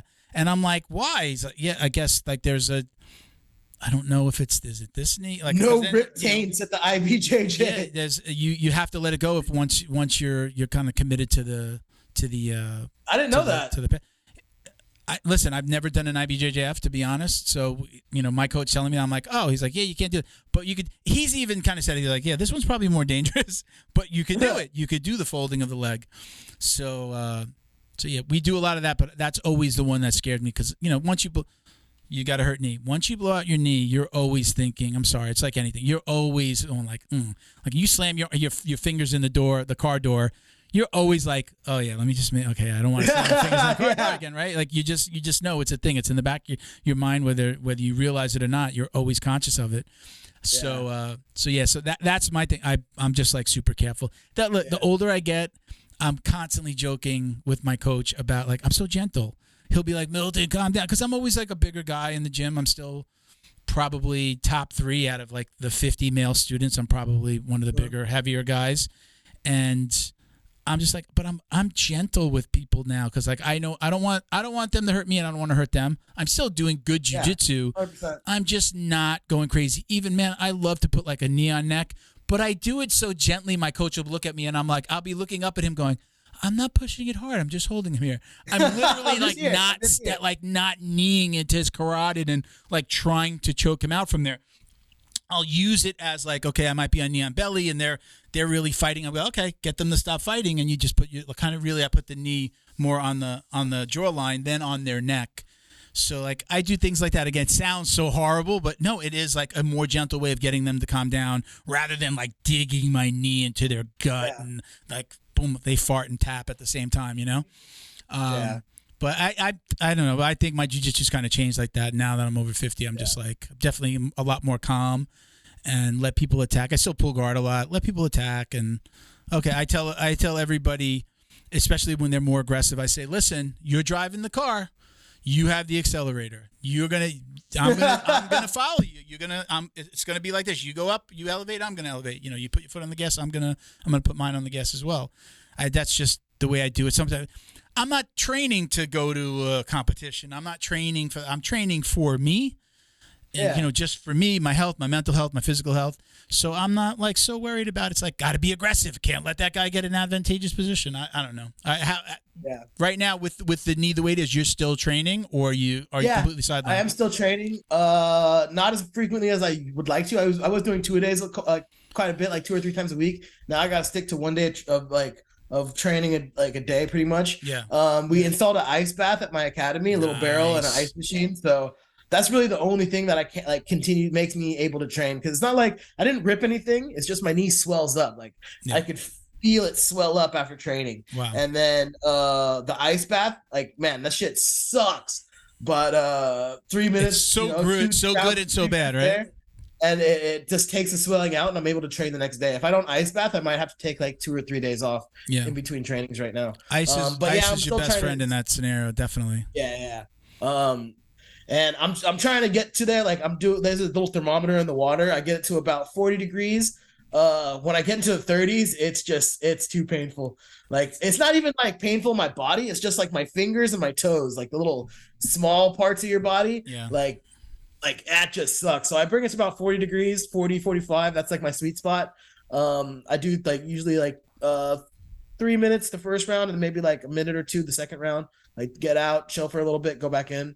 And that's been saving my knee until I can figure like I said, I got this MRI in late August. So right now it's allowing me to train and continue training. I haven't done an ice bath yet. I'm always telling people like go home, cold shower. If that's as close as you can get, like cold shower, stand in the cold shower for a little while. Especially my neck. I love that. I'm on my neck. I come out of there. Whatever it is, it helps. It's not 100%, but I've got a nice ice pack that with Velcro set up from CVS. Like I put it on my knee for 5 minutes. I put it on my shoulder for 10, and then I'll sit in bed like I got my neck cranked recently by a blue belt, and he did a little what is it? Like he had like a headlock, but then he was off to the side, and then he grabbed my leg and kind of came together, And I was just like, he was like starting to like really get his arms together, pull on it, and I'm like, no fucking way, I'm not you stupid. Ego. I'm like, I'm not tapping. And part of it was this, Ray. You did this.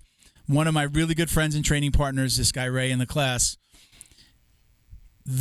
He recruited this kid. This kid actually he works for him. So this guy, his name is Tommy. Tommy is looking directly at Ray, and Ray is coaching him on how to he's like, grab the leg. He grabs the leg, and I look at Ray, and I'm like, I look at him, and I gave him like, I see what you're doing, but we're, it's all in jest. It's meant to be funny. And then he really cranked it, and I was just like, yeah, I'm not. Now I can't tap because now my friend is just coaching his fucking, his buddy on how to beat me, and like I can't tap. And I wound up like getting my hand around, and I think I grabbed like his chin.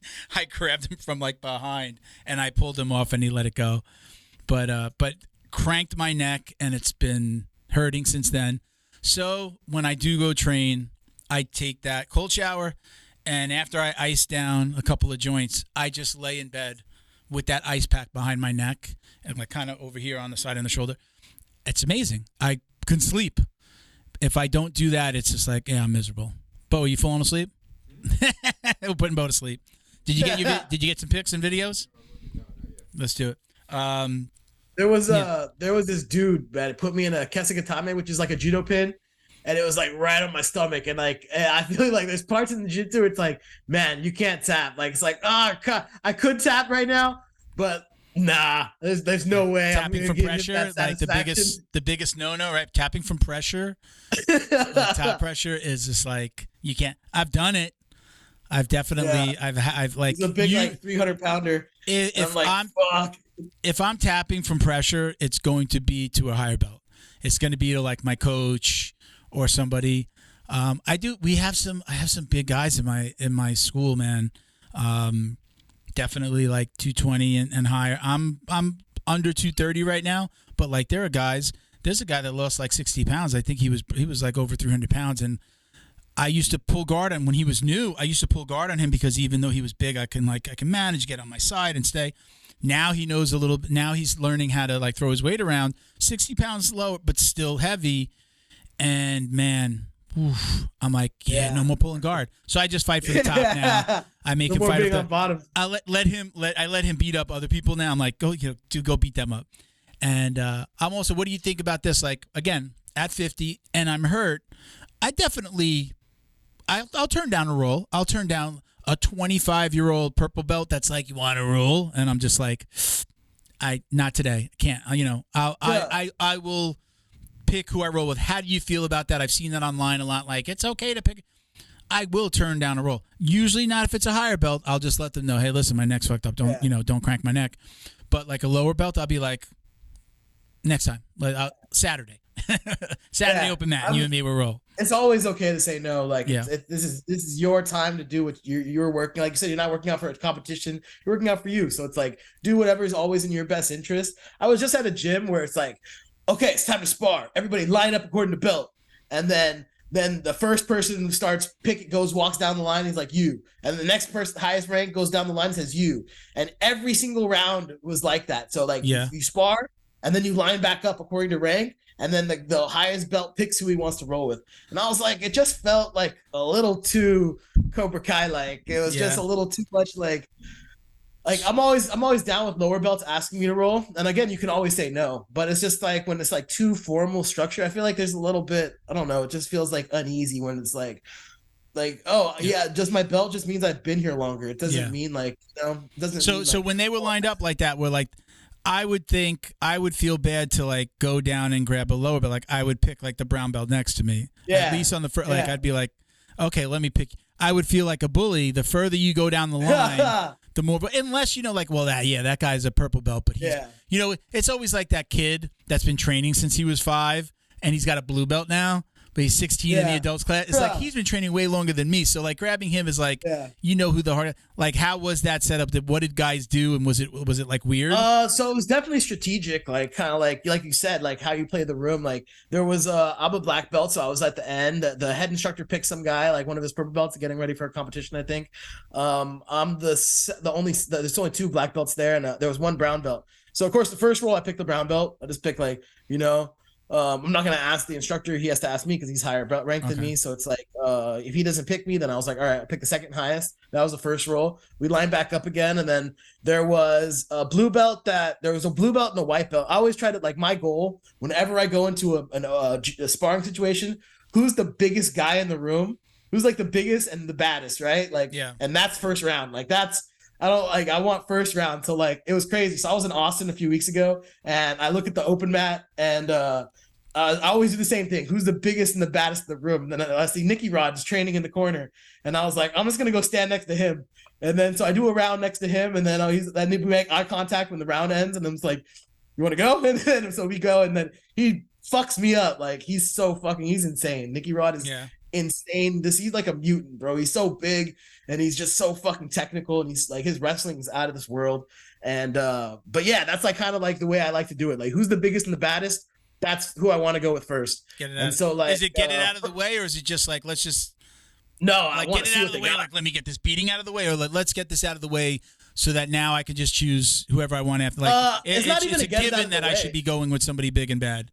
Yeah, it's not even to get it out of the way. It's like that's what I want to do. Okay. It's like that's what the role I want. Okay.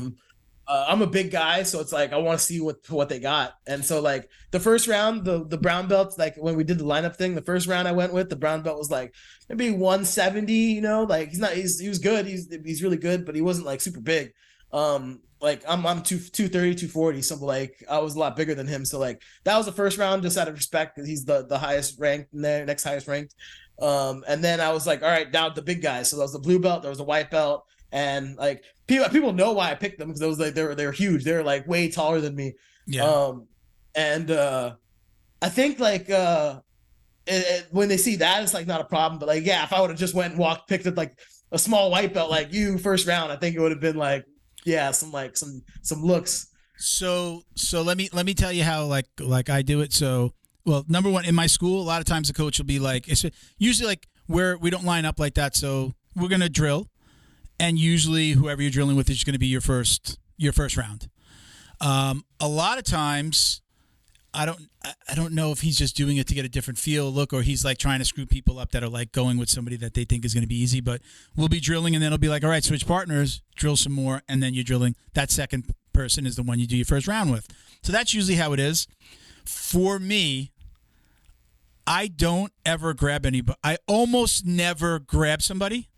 If I do, it's usually going to be the bigger guy. Once we get going, then like I see somebody that's on, I'm like, hey, I'm available. I always go, Milton's available. My coach used to go, Milton's available, because nobody wanted to roll with me because I was always the bigger guy. And at least in my school now, there's our 2 black belt instructors, and then there's the highest guys are me and my buddy Ray. We're both brown. So like we're like maybe like we've been around a little bit longer. I'm bigger. I've been around, you know, and they know, and I can go hard if they have the accelerator. They'll know you want to bring it. Let's bring it. Sometimes I'll sit and like even like because we're gonna match up. So when we're drilling, because we're gonna match up, I'll just sit and wait. Like we'll warm up. I'll be sitting on the mat, and they'll be like, "All right, pair up." Nobody will pick me. Yeah.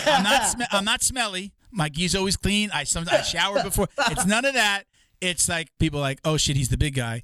And definitely heavy. I'm super conscious. And I always joke.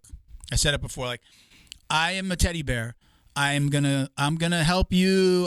We're doing knee on bellies. I put it on your hip, so I'm on the hip bone. So I'm not, grinding into your stomach. Like I'm nice about it, unless it's somebody that's like being a dick. Oh, goes back and forth. My coach does like to say, he'll be like, especially when we're rolling, he'll be like, grab somebody who makes sense. I just love that. I love that sentence. Grab somebody who makes sense. So it's not the brown belt, the 250 brown belt with the 170-pound white belt, unless you're going to actually coach him. But sometimes there's people, not the brown belts, but sometimes there's people just like, oh, let me just grab the easy guys. I want the easy rolls and I want to beat up on people. And I know there are guys like that in probably every school. And sometimes they weed themselves out or it changes, but it happens, right? They pick somebody that they know they're going to beat up on. So I usually just sit, wait for somebody to pick me. And it's almost always as funny these days. It's like me and like the other big guy that's a white belt, like, okay, let's go together. We're the last ones. And but I have fun. I love it. And then every once in a while, if I'm like, I really need to get good rolls in today, I'll just grab somebody. I won't worry. I won't wait for somebody to like pick me. Yeah. We're not in a place where like it's we're not so structured where the lower belts can't ask a higher belt. I'm waiting for I'm the besides the 2 black belts, I am the highest. I'm one of the highest belts. Come on, who wants to roll? Yeah. So I don't usually go around and pick. So I'm usually just like, wait. My coach has a whole bunch of jokes. Like it'd be like, oh, Milton, grab the broom. You can roll with the broom, or something like that. So what were you gonna say? No, that's an experience. That's an experience of a lot of big guys, especially if you got big guy listeners. Like, man, just sitting in the middle of the mat, looking around, just waiting for someone to make eye contact with you. I'm ready. You just keep looking around the room like, you see the guy. Who's it gonna be? Who's it gonna be? And then they make eye contact. You're like, yeah. It's one of between messing up my leg and when I came back, I was pulling a lot of guard. I always fought for the top. After my knee, I pulled a lot of guard, and I was like, oh, I kind of like this. I think that it's like when it's somebody that's a lot smaller than me, am I really going to just fight for the top? Let me pull guard, let them work, wait till I maybe get in a bad position, and then I'm going to work on my defense. I am still getting a good roll in. I am not going to, not get my roll in and get that energy that I need to get out. I'm going to get it out. But that's kind of where it came from. And then again, look, there are guys like that same white belt. I will not pull guard on him anymore. I will get on top. I'll still let him work. I'm not going to beat him up. But I've even noticed like he's gotten more gentle. He knows nobody wants to roll with you if you're just going to get on top and smash.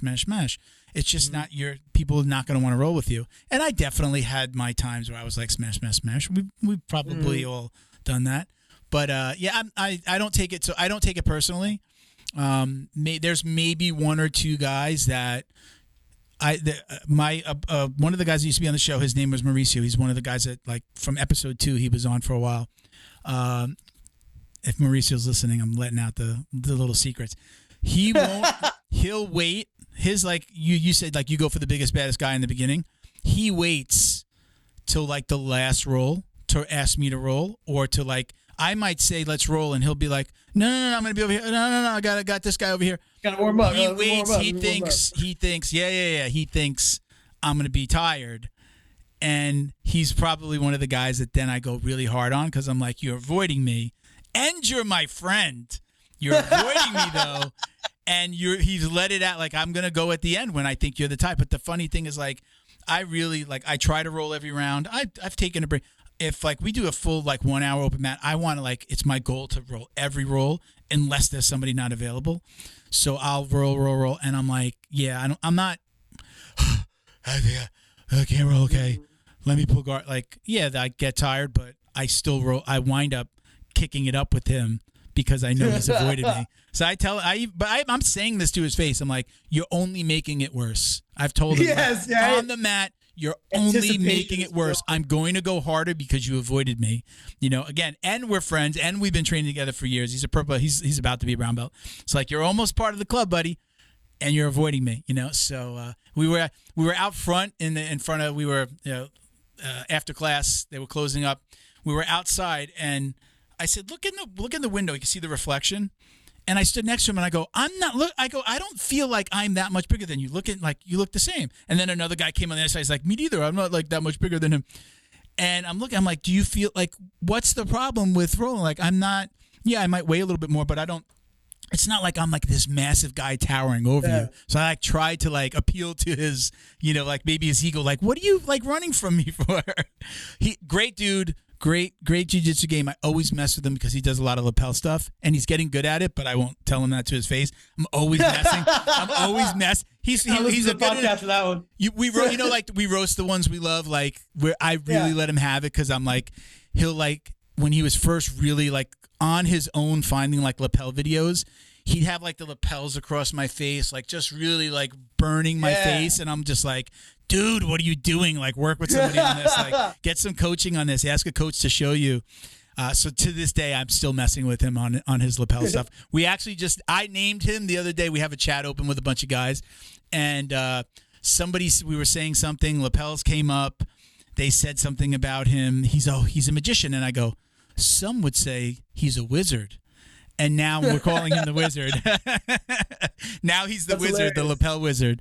So fucking love lapels. It's like my favorite part. My favorite part of jiu-jitsu is tying people up, or using my gi, or tying them up, or like figuring out some crazy lapel system. Like, I love that. I like it. I am learning.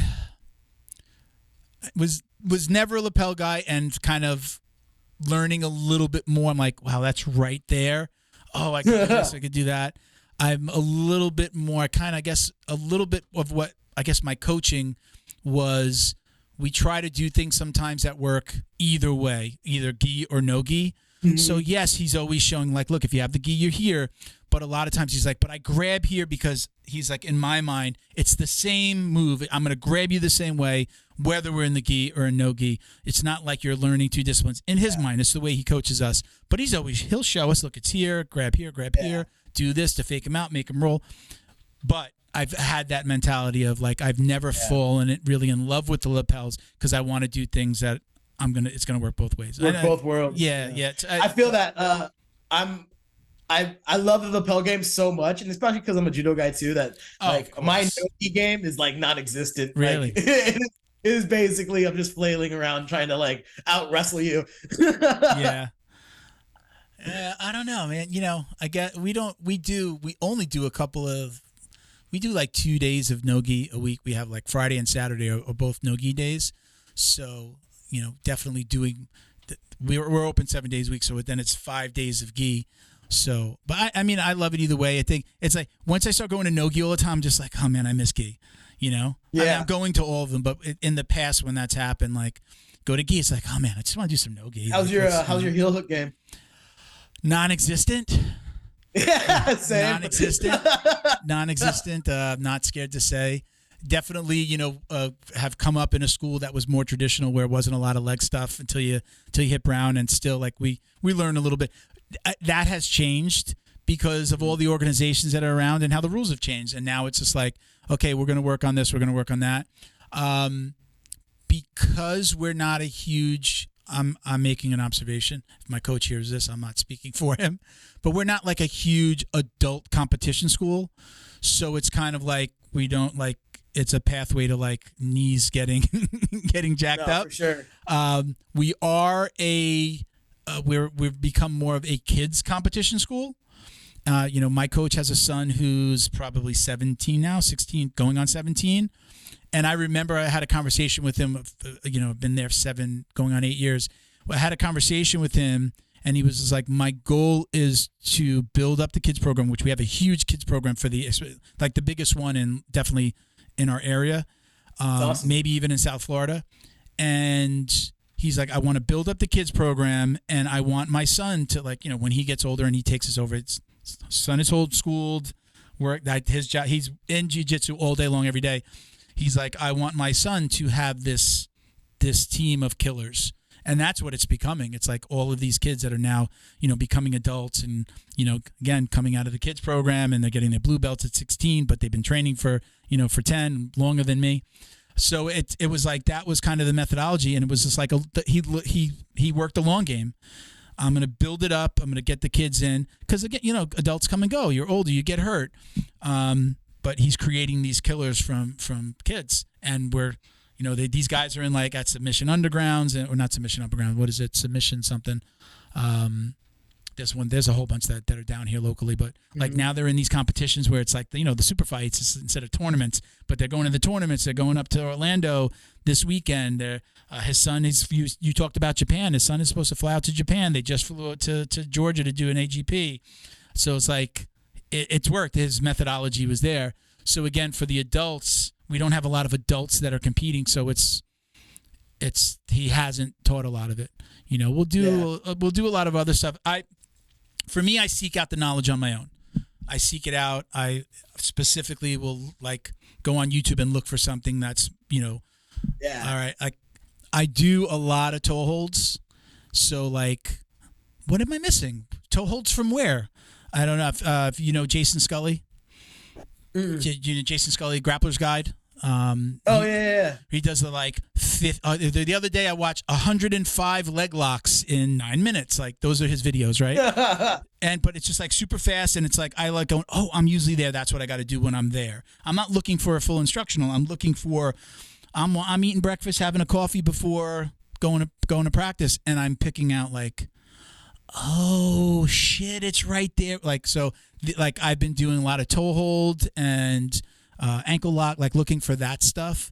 Like, I feel like I'm building towards having a better leg game, but I'm doing that on my own and then secretly going in and like practicing that stuff. But so I'm on the end of the foot right now. I'm like super into to toe holds and like roll, like understanding where the foot is if we roll or we transition. And you know, a lot of that, like the toe holds also, he'll always be like, and look like there's a lot of like calf slicers. Like if you're going after feet, like be conscious of, hey, oh, look, there's a calf slicer there as well. And then lockdown, there's a nice lockdown one. You can have somebody in the lockdown and reach around to the leg. If you're under and then you reach over the thigh. I'm like, oh, I love lockdown. I didn't know that was there. So like stuff like that. That's been my education in legs. But that's heel hooks, I find myself. Again, we do so much gi. I find myself there, but you're not supposed to do it in the gi. But so like I usually show it. I'll show it. Like let him know. I'll grab it and be like, I'm not going to yank on it, but I'll look at the guy and be like, and then let it go and then transition. Continue. But yeah, I mean that's us.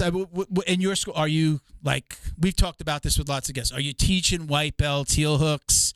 You know what's the rule? I'm not in your teaching anybody heel hooks because I suck at them. Okay. But you know the Nogi guys, they do it all the time. Like I think actually this week at the caves, all dedicated to like they split the class in half. Class is at 7 p.m. There's the beginners class, but like the main adult class is 7 p.m. and the mat split. Half of it's gi, half of it's no gi. So you always have the choice. Like, what do I want to do today? Both classes run at the same time. At least at the cave. And like today, like this week, they're all working inside heel hooks on the no gi side. And then on the gi side, you know, we're not doing heel hooks. So it's like I'm always wearing pajamas. So I'm always wearing my gi. So like I do need to go over to the other side just to get versed in the heel hook game, but I'm just like, have you felt like, okay, like as I progress in brown belt, and obviously the next belt is black, as somebody who's already a black belt, do you feel a certain way about your own jiu-jitsu? I feel like I'm missing. There's a hole here. Mm-hmm. And I don't want to say embarrassed about that hole because I can seek it out. I can do one-on-ones and I can do private sessions. And again, there's plenty of stuff online. Do you feel like it makes me feel weird? I'll admit, I'm just like, fuck, dude, I got this huge hole. I'm like, man, if I visit a school that's heavy on leg locks, I'm like, I'm going to look like an idiot. Do you have that feeling, or do you just like, fuck it, I don't care? No, I've accepted it. It's like, I'm there to have fun, you know, like again, like maybe if I was competing, I'd feel like that. But since like jiu-jitsu is for fun for me, and it's like, I have fun in the gi, so I'm just going to keep doing the gi. And then it's like, I don't know, maybe I just like, most people don't know, most people in jiu-jitsu don't have a good understanding of stand-up. So it's like, you know, I've dedicated a lot of my like life to judo and stand-up. So it's like I might have a hole in the leg lock game, but you know, I make up for it because I have the stand-up. Because I could throw you across the room. Yeah. So like I feel like there's like, you're always gonna have a hole in something. Okay. You know? All right. So it's like I've just come to accept it. Like, you know, leg locks aren't my thing, and that's okay. I'm okay. You're reminding me of that Saturday Night Live skit. He's just like, what is it? Do you remember that? Oh, you're old enough to remember, Bo.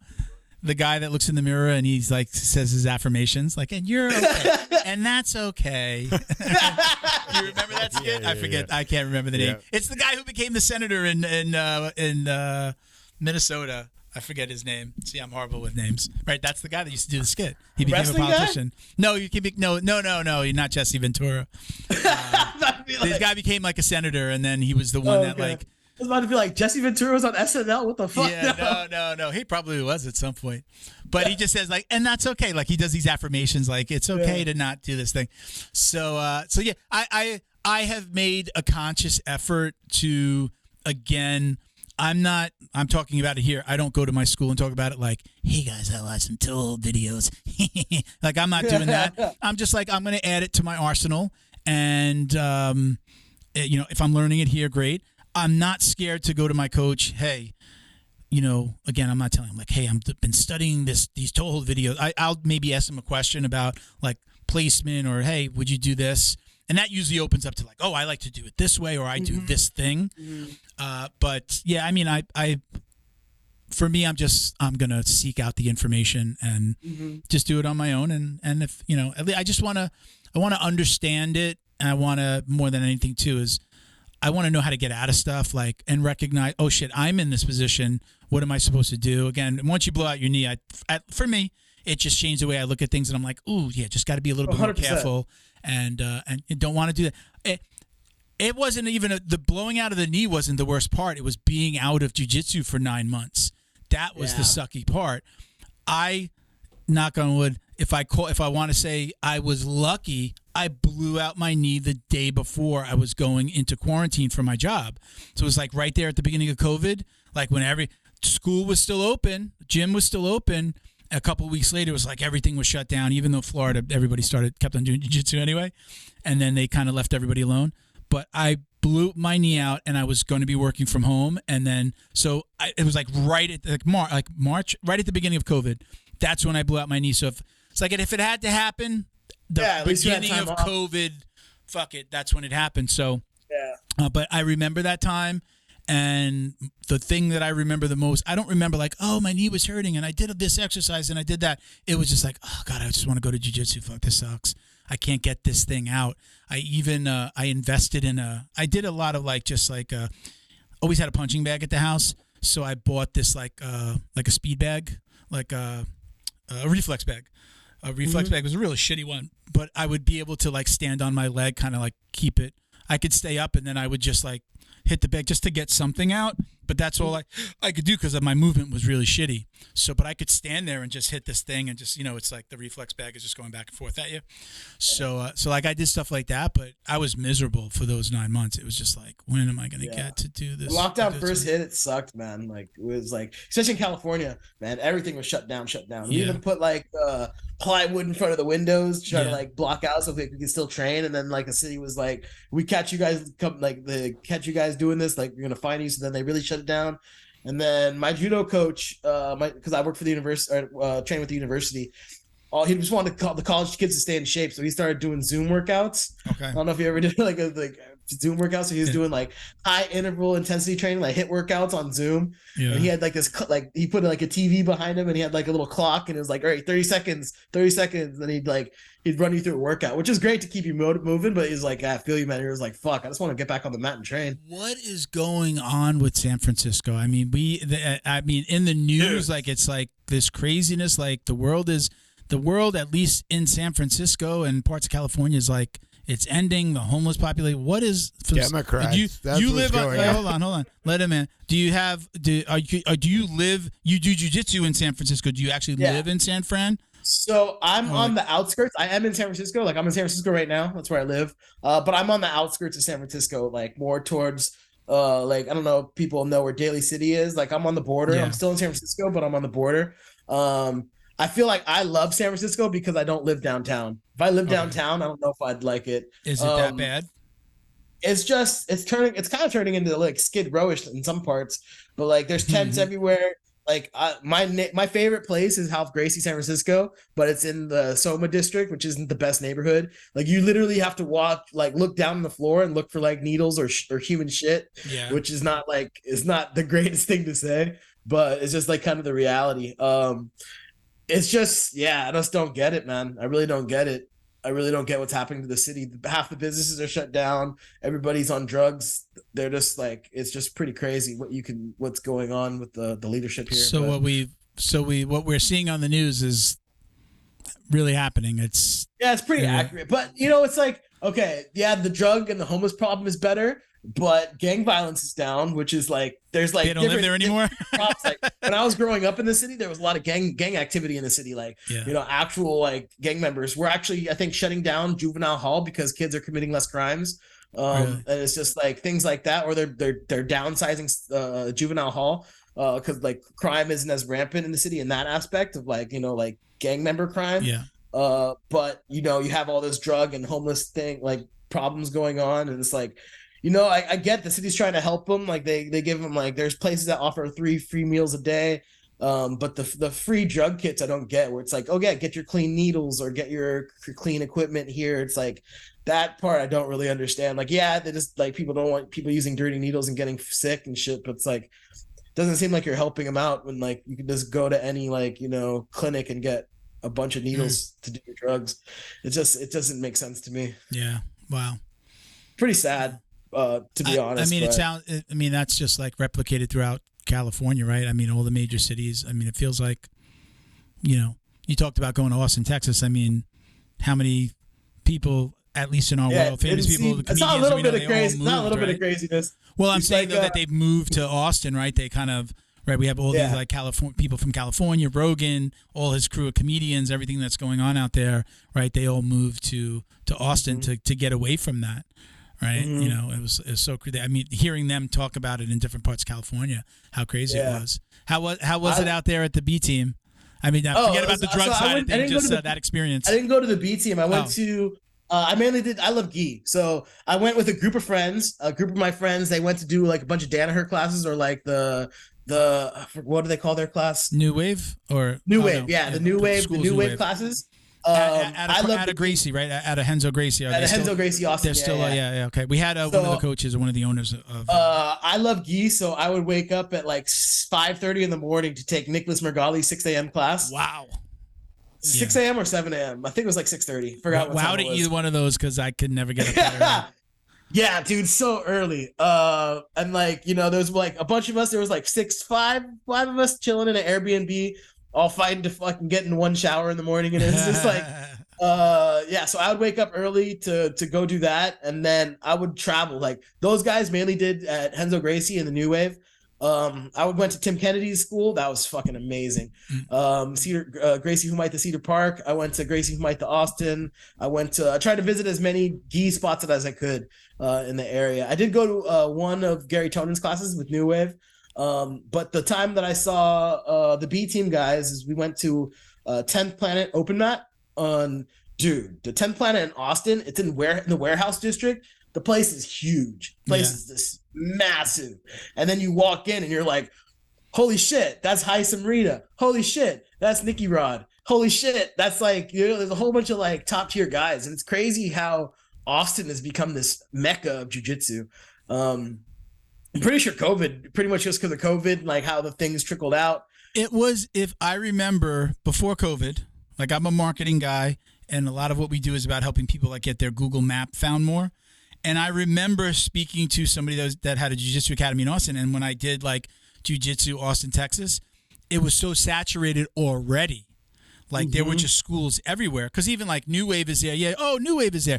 But they're training out of a Henzo Gracie, right? So like, yeah, the B team is like the newer one there. But a lot of those academies have been there for so long. It was already tremendously saturated.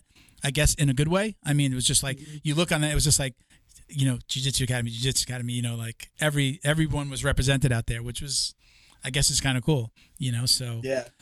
You know, Rogan going out there and these other guys going out there was like, they were just like really going into, I'm going to call it the belly of the beast, like in a bad way. They were just going out to places where there's just so much Jiu-Jitsu already, which I think is really cool. Like I thought South Florida was like that, but that's really saturated, which is kind of cool. Yeah. And it was crazy to see like how many top level guys were just in one room, one open mat. Yeah. And it was just like, man. Did you get to roll with some of those bigger names besides Nicky Rod? Yeah, I rolled with Nicky Rod. I rolled with Heisam. We had a great, Nicky just fucked me up. So like I expected, okay, I know he's a wrestler. I expected him to grab me and like drive through me, right? Yeah. He grabbed my legs. And you know when you're like, you hold a kid and you spin in a circle and the kid's legs are off their feet and you're like spinning them around. So he does that to himself. So he'll grab you and then he'll fling his body around. His legs are in the air and he just cyclones you to the floor with the energy. And it was just like, I've never felt anything like that, where he just gets a hold of you and he literally just spins himself around you. And then you're on the floor like, what the fuck happened? Yeah. Then I'm curious, did any of those guys know who you were? Like, hey, I know you from the, you know. Nah. I didn't. They did. They didn't tell you. I did roll with Heisam too, and he's a judo guy. You know, he came up in judo in Japan. He's from he grew up in Japan a little bit. He speaks better Japanese than me, which is freaking crazy. Yeah. So I a lot of guys like they were pulling guard, but I was like, all right, let's stand up. I even let him know like I do judo. It'd be an honor if we could just do some stand up too. It was so sweaty. Like I got him towards the end and there's puddles everywhere, right? There's puddles everywhere because it's like a no-gi open mat. And we both hit a foot sweep and we both flew in the air. Yeah. Like, it was crazy. Like we both slipped. Like we both tried to foot sweep each other at the same time. And we both slipped and hit the floor. And we were just laughing. Like we were just both on our backs, just kind of laughing. And so it was like a great experience just to like have fun with those guys. That's awesome, man. Do you think did you travel before like the Move of the Day stuff took off? Were you this same person? Bit. With this kind of traveling like that? Everywhere I travel, I bring my gi. So like back then I was doing now I'm doing a little more like inside the United States. I used to do a lot of international trips. Like when I went to China, I trained at Shanghai BJJ. When I went to Vietnam, I trained at a Lutte Livre school out there. So I always try to bring my gi wherever I go. It's like one of my favorite things to do is go and see what the local scene is doing in terms of jiu-jitsu. Yeah. So like that's always kind of been my vibe. Do you plan ahead? Do you like very much plan ahead, or is it just like, okay, I'm here, let me grab my phone, see where there's a jiu-jitsu academy and just pick something? Or is it like a little bit? I'll just check out, I'll check out the Google Maps and like see what my options are of like what the cities I'm traveling to. So like I said, I was in Cabo for my brother's birthday, and it was very lucky that I look up the schools and I'm a Ralph Gracie Black Belt, and then I see, oh, there's a Ralph Gracie in Cabo. I had no idea that even existed. Oh. And so like going there and seeing like all the kids in Ralph Gracie gis, and I was just like, it's a fairly new school. It's only been around for a little bit. He was an NS Brotherhood affiliate, but when Leandro passed, like I guess the NS Brotherhood kind of had like a little like, I'm not a falling out, but like there was just no leadership.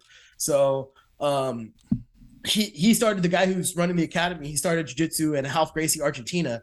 And so he just asked his instructor like, hey, me and Leandro, like there's no, I don't know what to do with this school anymore. So what do you think? He's like, just open up a Ralph Gracie, and then they have the structure. We'll send you gis, things like that. So it was a little more structure. So it's a brand new, like it's been there for a little bit, but it's rebranded as Ralph Gracie. Okay. So it was a lot of white belts. It was like one purple belt, one blue belt. So I went there, and I think I was the first one from like Ralph Gracie headquarters to go visit. Yeah. And so like it was kind of like cool, like just to see like they sent someone usually there. I'm traveling. Yeah, usually I'm traveling and it's just like, you know, it's just a random school. But this time was like the first time I traveled to a Ralph Gracie. So that was really special. But I think I even had like, show you a picture. This is one of the stickers from Shanghai BJJ. And it's like this little army dude with that's their logo. Yeah. And it's just like cool to get little stuff like that and to see how they're living, you know? Like I love traveling. I haven't done that. I know like my wife would get annoyed if I like you just hit your wire again. Got a little blurry. Good.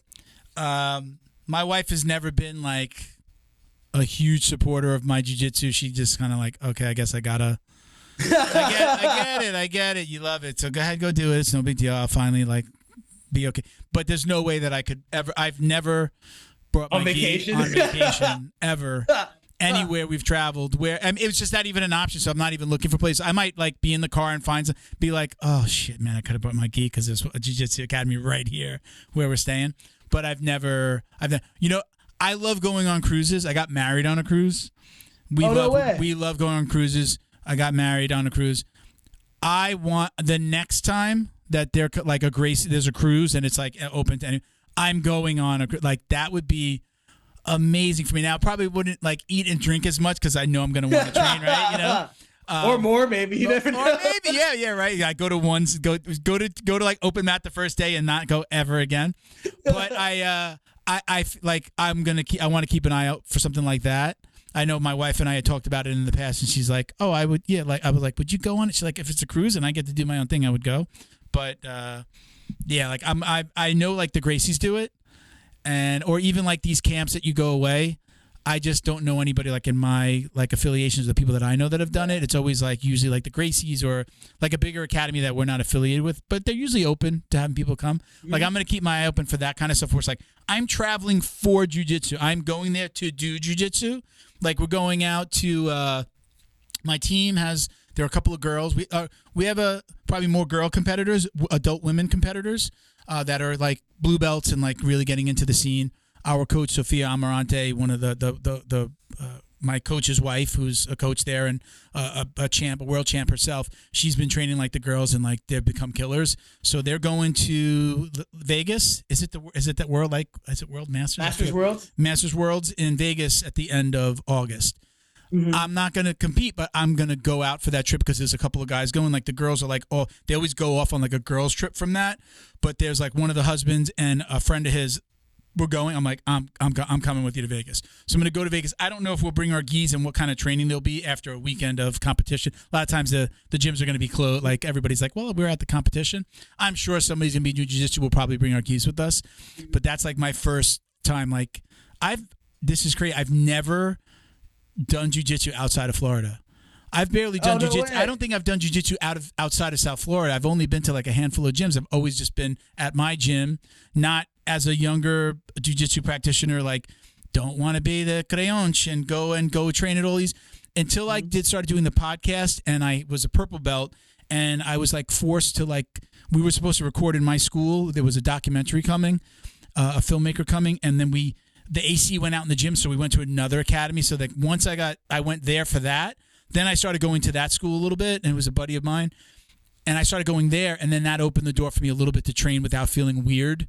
Like my coach, he was okay with it. He actually told me, he's like, yeah, you can go over there, don't worry. And once I got that first, then I was just like, okay, I could go here. That's still probably one of the only gyms that I've been to, other than mine, the ones that I was in. When I was a white and blue belt, we used to travel to, the owner had a friend who had a gym, so we went to their academy one weekend, and they would come to ours. So that was our open mat. They all came here. We went to them back and forth every Saturday. But yeah, I've never traveled. Miguel, who you haven't met, every time he goes to travel somewhere, he brings his gi. And he has trained with more guests that had on the show, and then he's been in their area, and he's been he goes and seeks them out and says, hey, I'm going to be there. Let's train.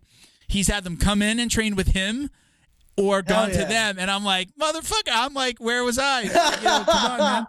But I've never been able to do that. I'm going to make it a point to do that more. And if I travel, again, I think I'm going to purposely travel for jiu-jitsu as opposed to I'm traveling here and I will bring my gi. I'm going to make a point to travel for jiu-jitsu, make it part of what I do. So now I'm able to, and especially if you're going to Masters Worlds, they have a thing called Jiu-Jitsu Con, which is like a convention within the tournament. Like there's I did see that. Yeah, they have seminars going on all the time. So I did 3 seminars last Jiu-Jitsu Con, gi seminars.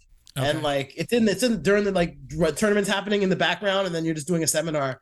I had Robert Drysdale, Leo Vera did a seminar. Man, fantastic stuff. Oh boy, so I need to get in there and probably get some tickets and stuff. You just sign up in the morning. You could just do right it there when you walk in. Right when you walk in the tournament, you just go to the seminar booth, and then you just write your name down. You're gonna be out there by any chance? No, this year I'm not. I love that tournament. I wish I could. I'm gonna be in New York those dates. My friends are doing a friend trip to New York. That's how much I've traveled and how much I know about IBJJF that I didn't really truly understand that was going to be happening. I was like, I'm going out there.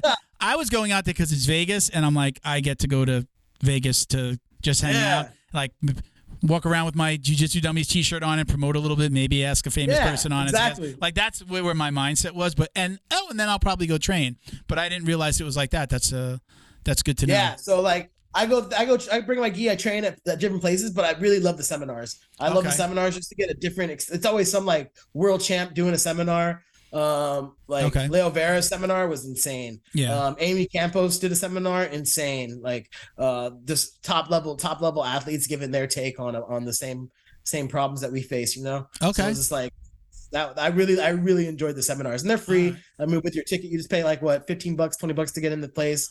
Okay, and, so once you're in for the event, then you can. Yeah. Okay. The seminars. You're not paying extra for their seminars? No. Okay. All right. Even better. That's fucking dope. I love it. So you're gonna have a great time. And plus, everyone in Vegas at that time is everyone's doing jiu-jitsu. So it's you'll walk around the strip and then see all these shirts. You'll see the ears. You'll be like, oh, my people. Yeah, man. Again, I have it. I'll tell you off camera what's going on and why I'll be able to do that more. But all right, listen, we've been on for an hour and 40. I don't want to keep you all day. Plus, I got to get back to the office. So yeah, for sure. Do you want to give anybody a shout out? I was going to ask you one question before you take off. Shoot, go. Who you got? Mark Zuckerberg, Elon Musk? It's funny. I asked this to our last guest last week. Can I tell you why I said Musk? Because they've been saying Zuckerberg is really fit. And Musk is built like a 1950s fridge. And I say, have you ever had a 1950s fridge fall on you? So this is my take. My take is right now, I think it goes to the person that's been training the longest. Zuckerberg seems to have been training the longest. I think Elon just really started training, in the last 6 months? Not that he couldn't advance, not that he couldn't use his size. So now is it just jiu-jitsu? Okay, because of his weight, he looks like he's a lot bigger. He looks like he's probably floating around 250. I don't know how tall he is. So he looks like a big dude. So Zuckerberg looks a lot thinner and smaller. What is Zuck under? Maybe what is he, like 175 to maybe 190 range?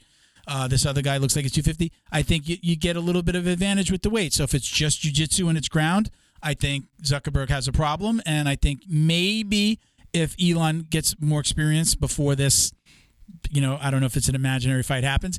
Now, if it's MMA, now it's a different story. Again, Zuck has been in training a lot longer, from what I understand. He's been throwing hands. I can't, he looks like a white belt training this stuff.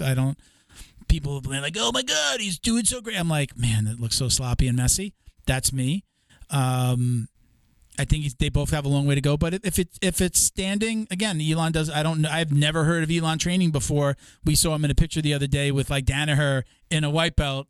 I mean, if you just started, you got to fucking train. You got to live this before you're going to. What a good choice for trainer, Danaher versus Musk. I kind of think that I would say not because of their politics or anything else.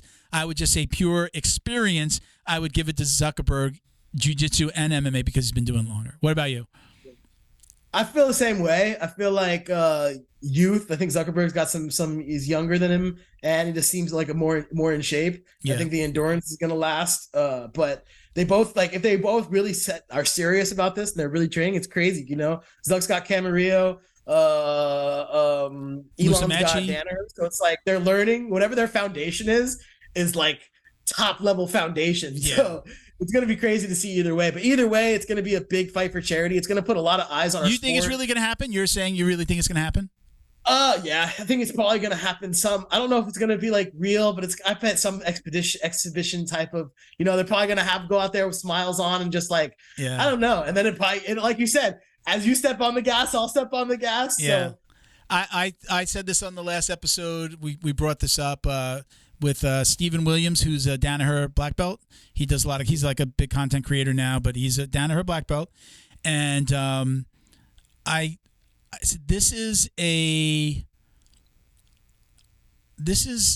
from, what's the word? From, what's like a person who handles your press, from a PR perspective, a PR person, right? A public relations. Jesus, I'm always searching for words. From a public relations standpoint, from that person, if they both have a public relationship like representative, right? That person's got to be both of those people got to be shitting in their pants, because this is a nightmare scenario if they really fought. And whoever loses. Now, Zuckerberg, I think with Facebook, it's just a lot bigger, and people already hate him, but they're still on his platforms. So I don't think he has a ton to lose. But just think about the memes and the videos and all the shit. They're already doing it now. You have a lot to lose.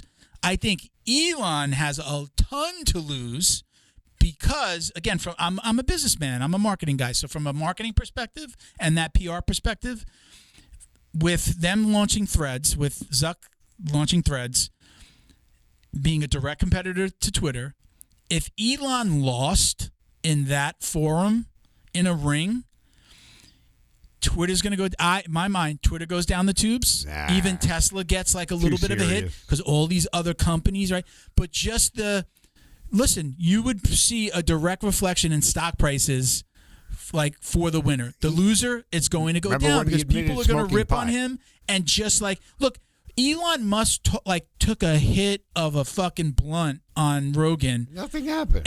And his the stock there was all this hubbub. Yeah, the stock prices went down, right? Yeah, but it just right? Like a second. That would happen again. And because there's this direct competition between Threads and Twitter right now, if he lost, people would just really kind of migrate. It's a portion of the population would just migrate over and be like, yeah, Zuck beat it, yeah, loser, right? Would just migrate over to Threads. Zuck. If they like Elon, they totally hate Zuck. They would never go to Threads. I don't know.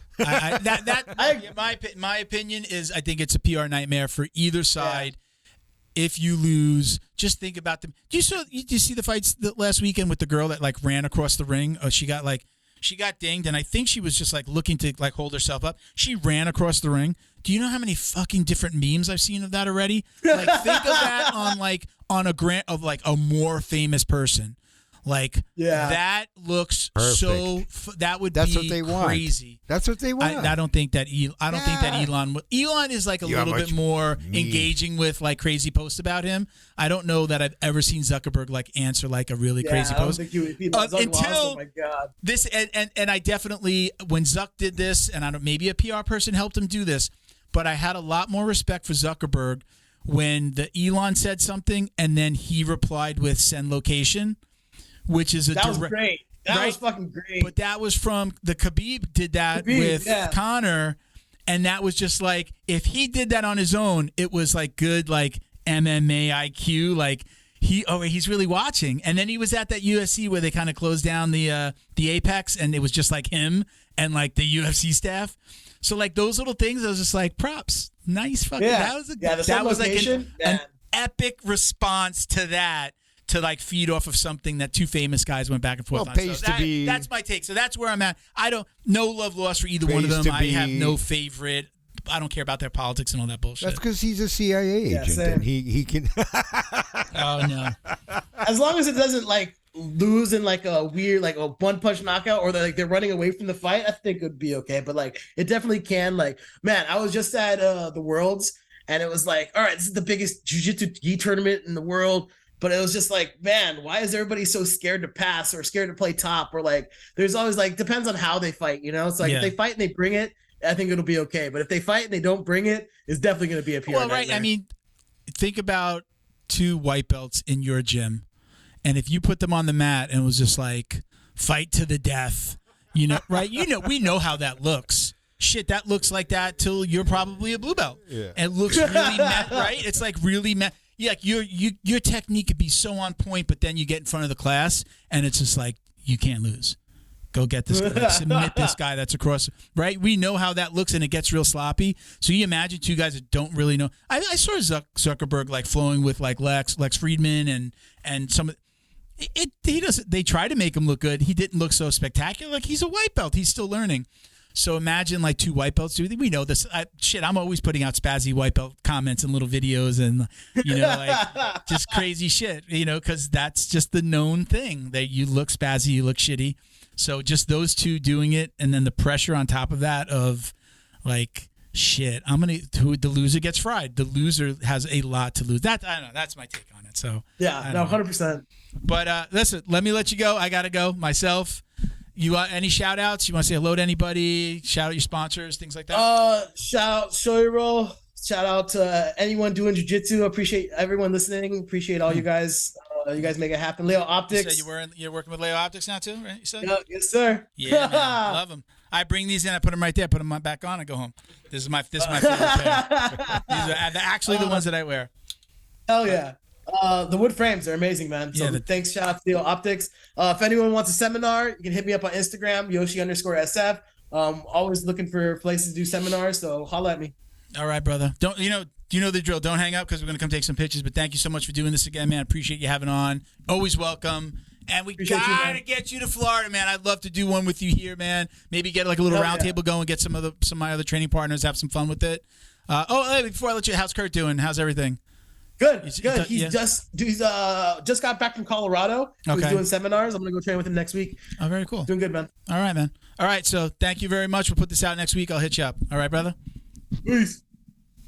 Thank you to Feito IT and AV, specializing in commercial and residential automation, security cameras, CCTV, POS, and more. Check them out at feitoitav.com or call 305-428-2515 and let them know the dummy sent you. Jiu-Jitsu's favorite monthly subscription box has now joined the Jiu-Jitsu Dummies podcast. The BJJ box is delivered to your door filled with premium jiu-jitsu and grappling apparel, equipment, supplements, supplies, snacks, and more. The crew at the BJJ box find the best in the world of jiu-jitsu and guarantee every box to be worth more than the cost. Each box includes 4 to 7 items you're going to love. Visit thebjjbox.com and use code JJD10 to get $10 off your very first box. And give them a follow on Instagram at TheBJJBox. The Jiu-Jitsu Dummies would like to congratulate Neutral Zone Clean on the release of their newest product, a healthy and pH-balanced bar soap that's perfect for anyone looking to take care of their skin. This soap is made with all natural ingredients that help nourish and restore your skin's natural barrier.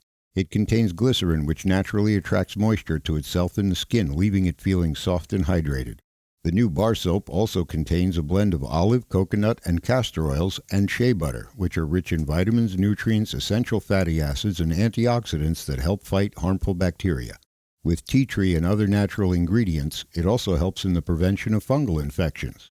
Not only is it effective, but it also leaves your skin feeling fresh and lightly scented. It's gentle enough for even the most sensitive skin, making it a perfect choice for the whole family. Be sure to check out their website, neutralzoneclean.com, for a range of all-natural products including sprays, wipes, and shower gels, and use code JJD for 15% off your order.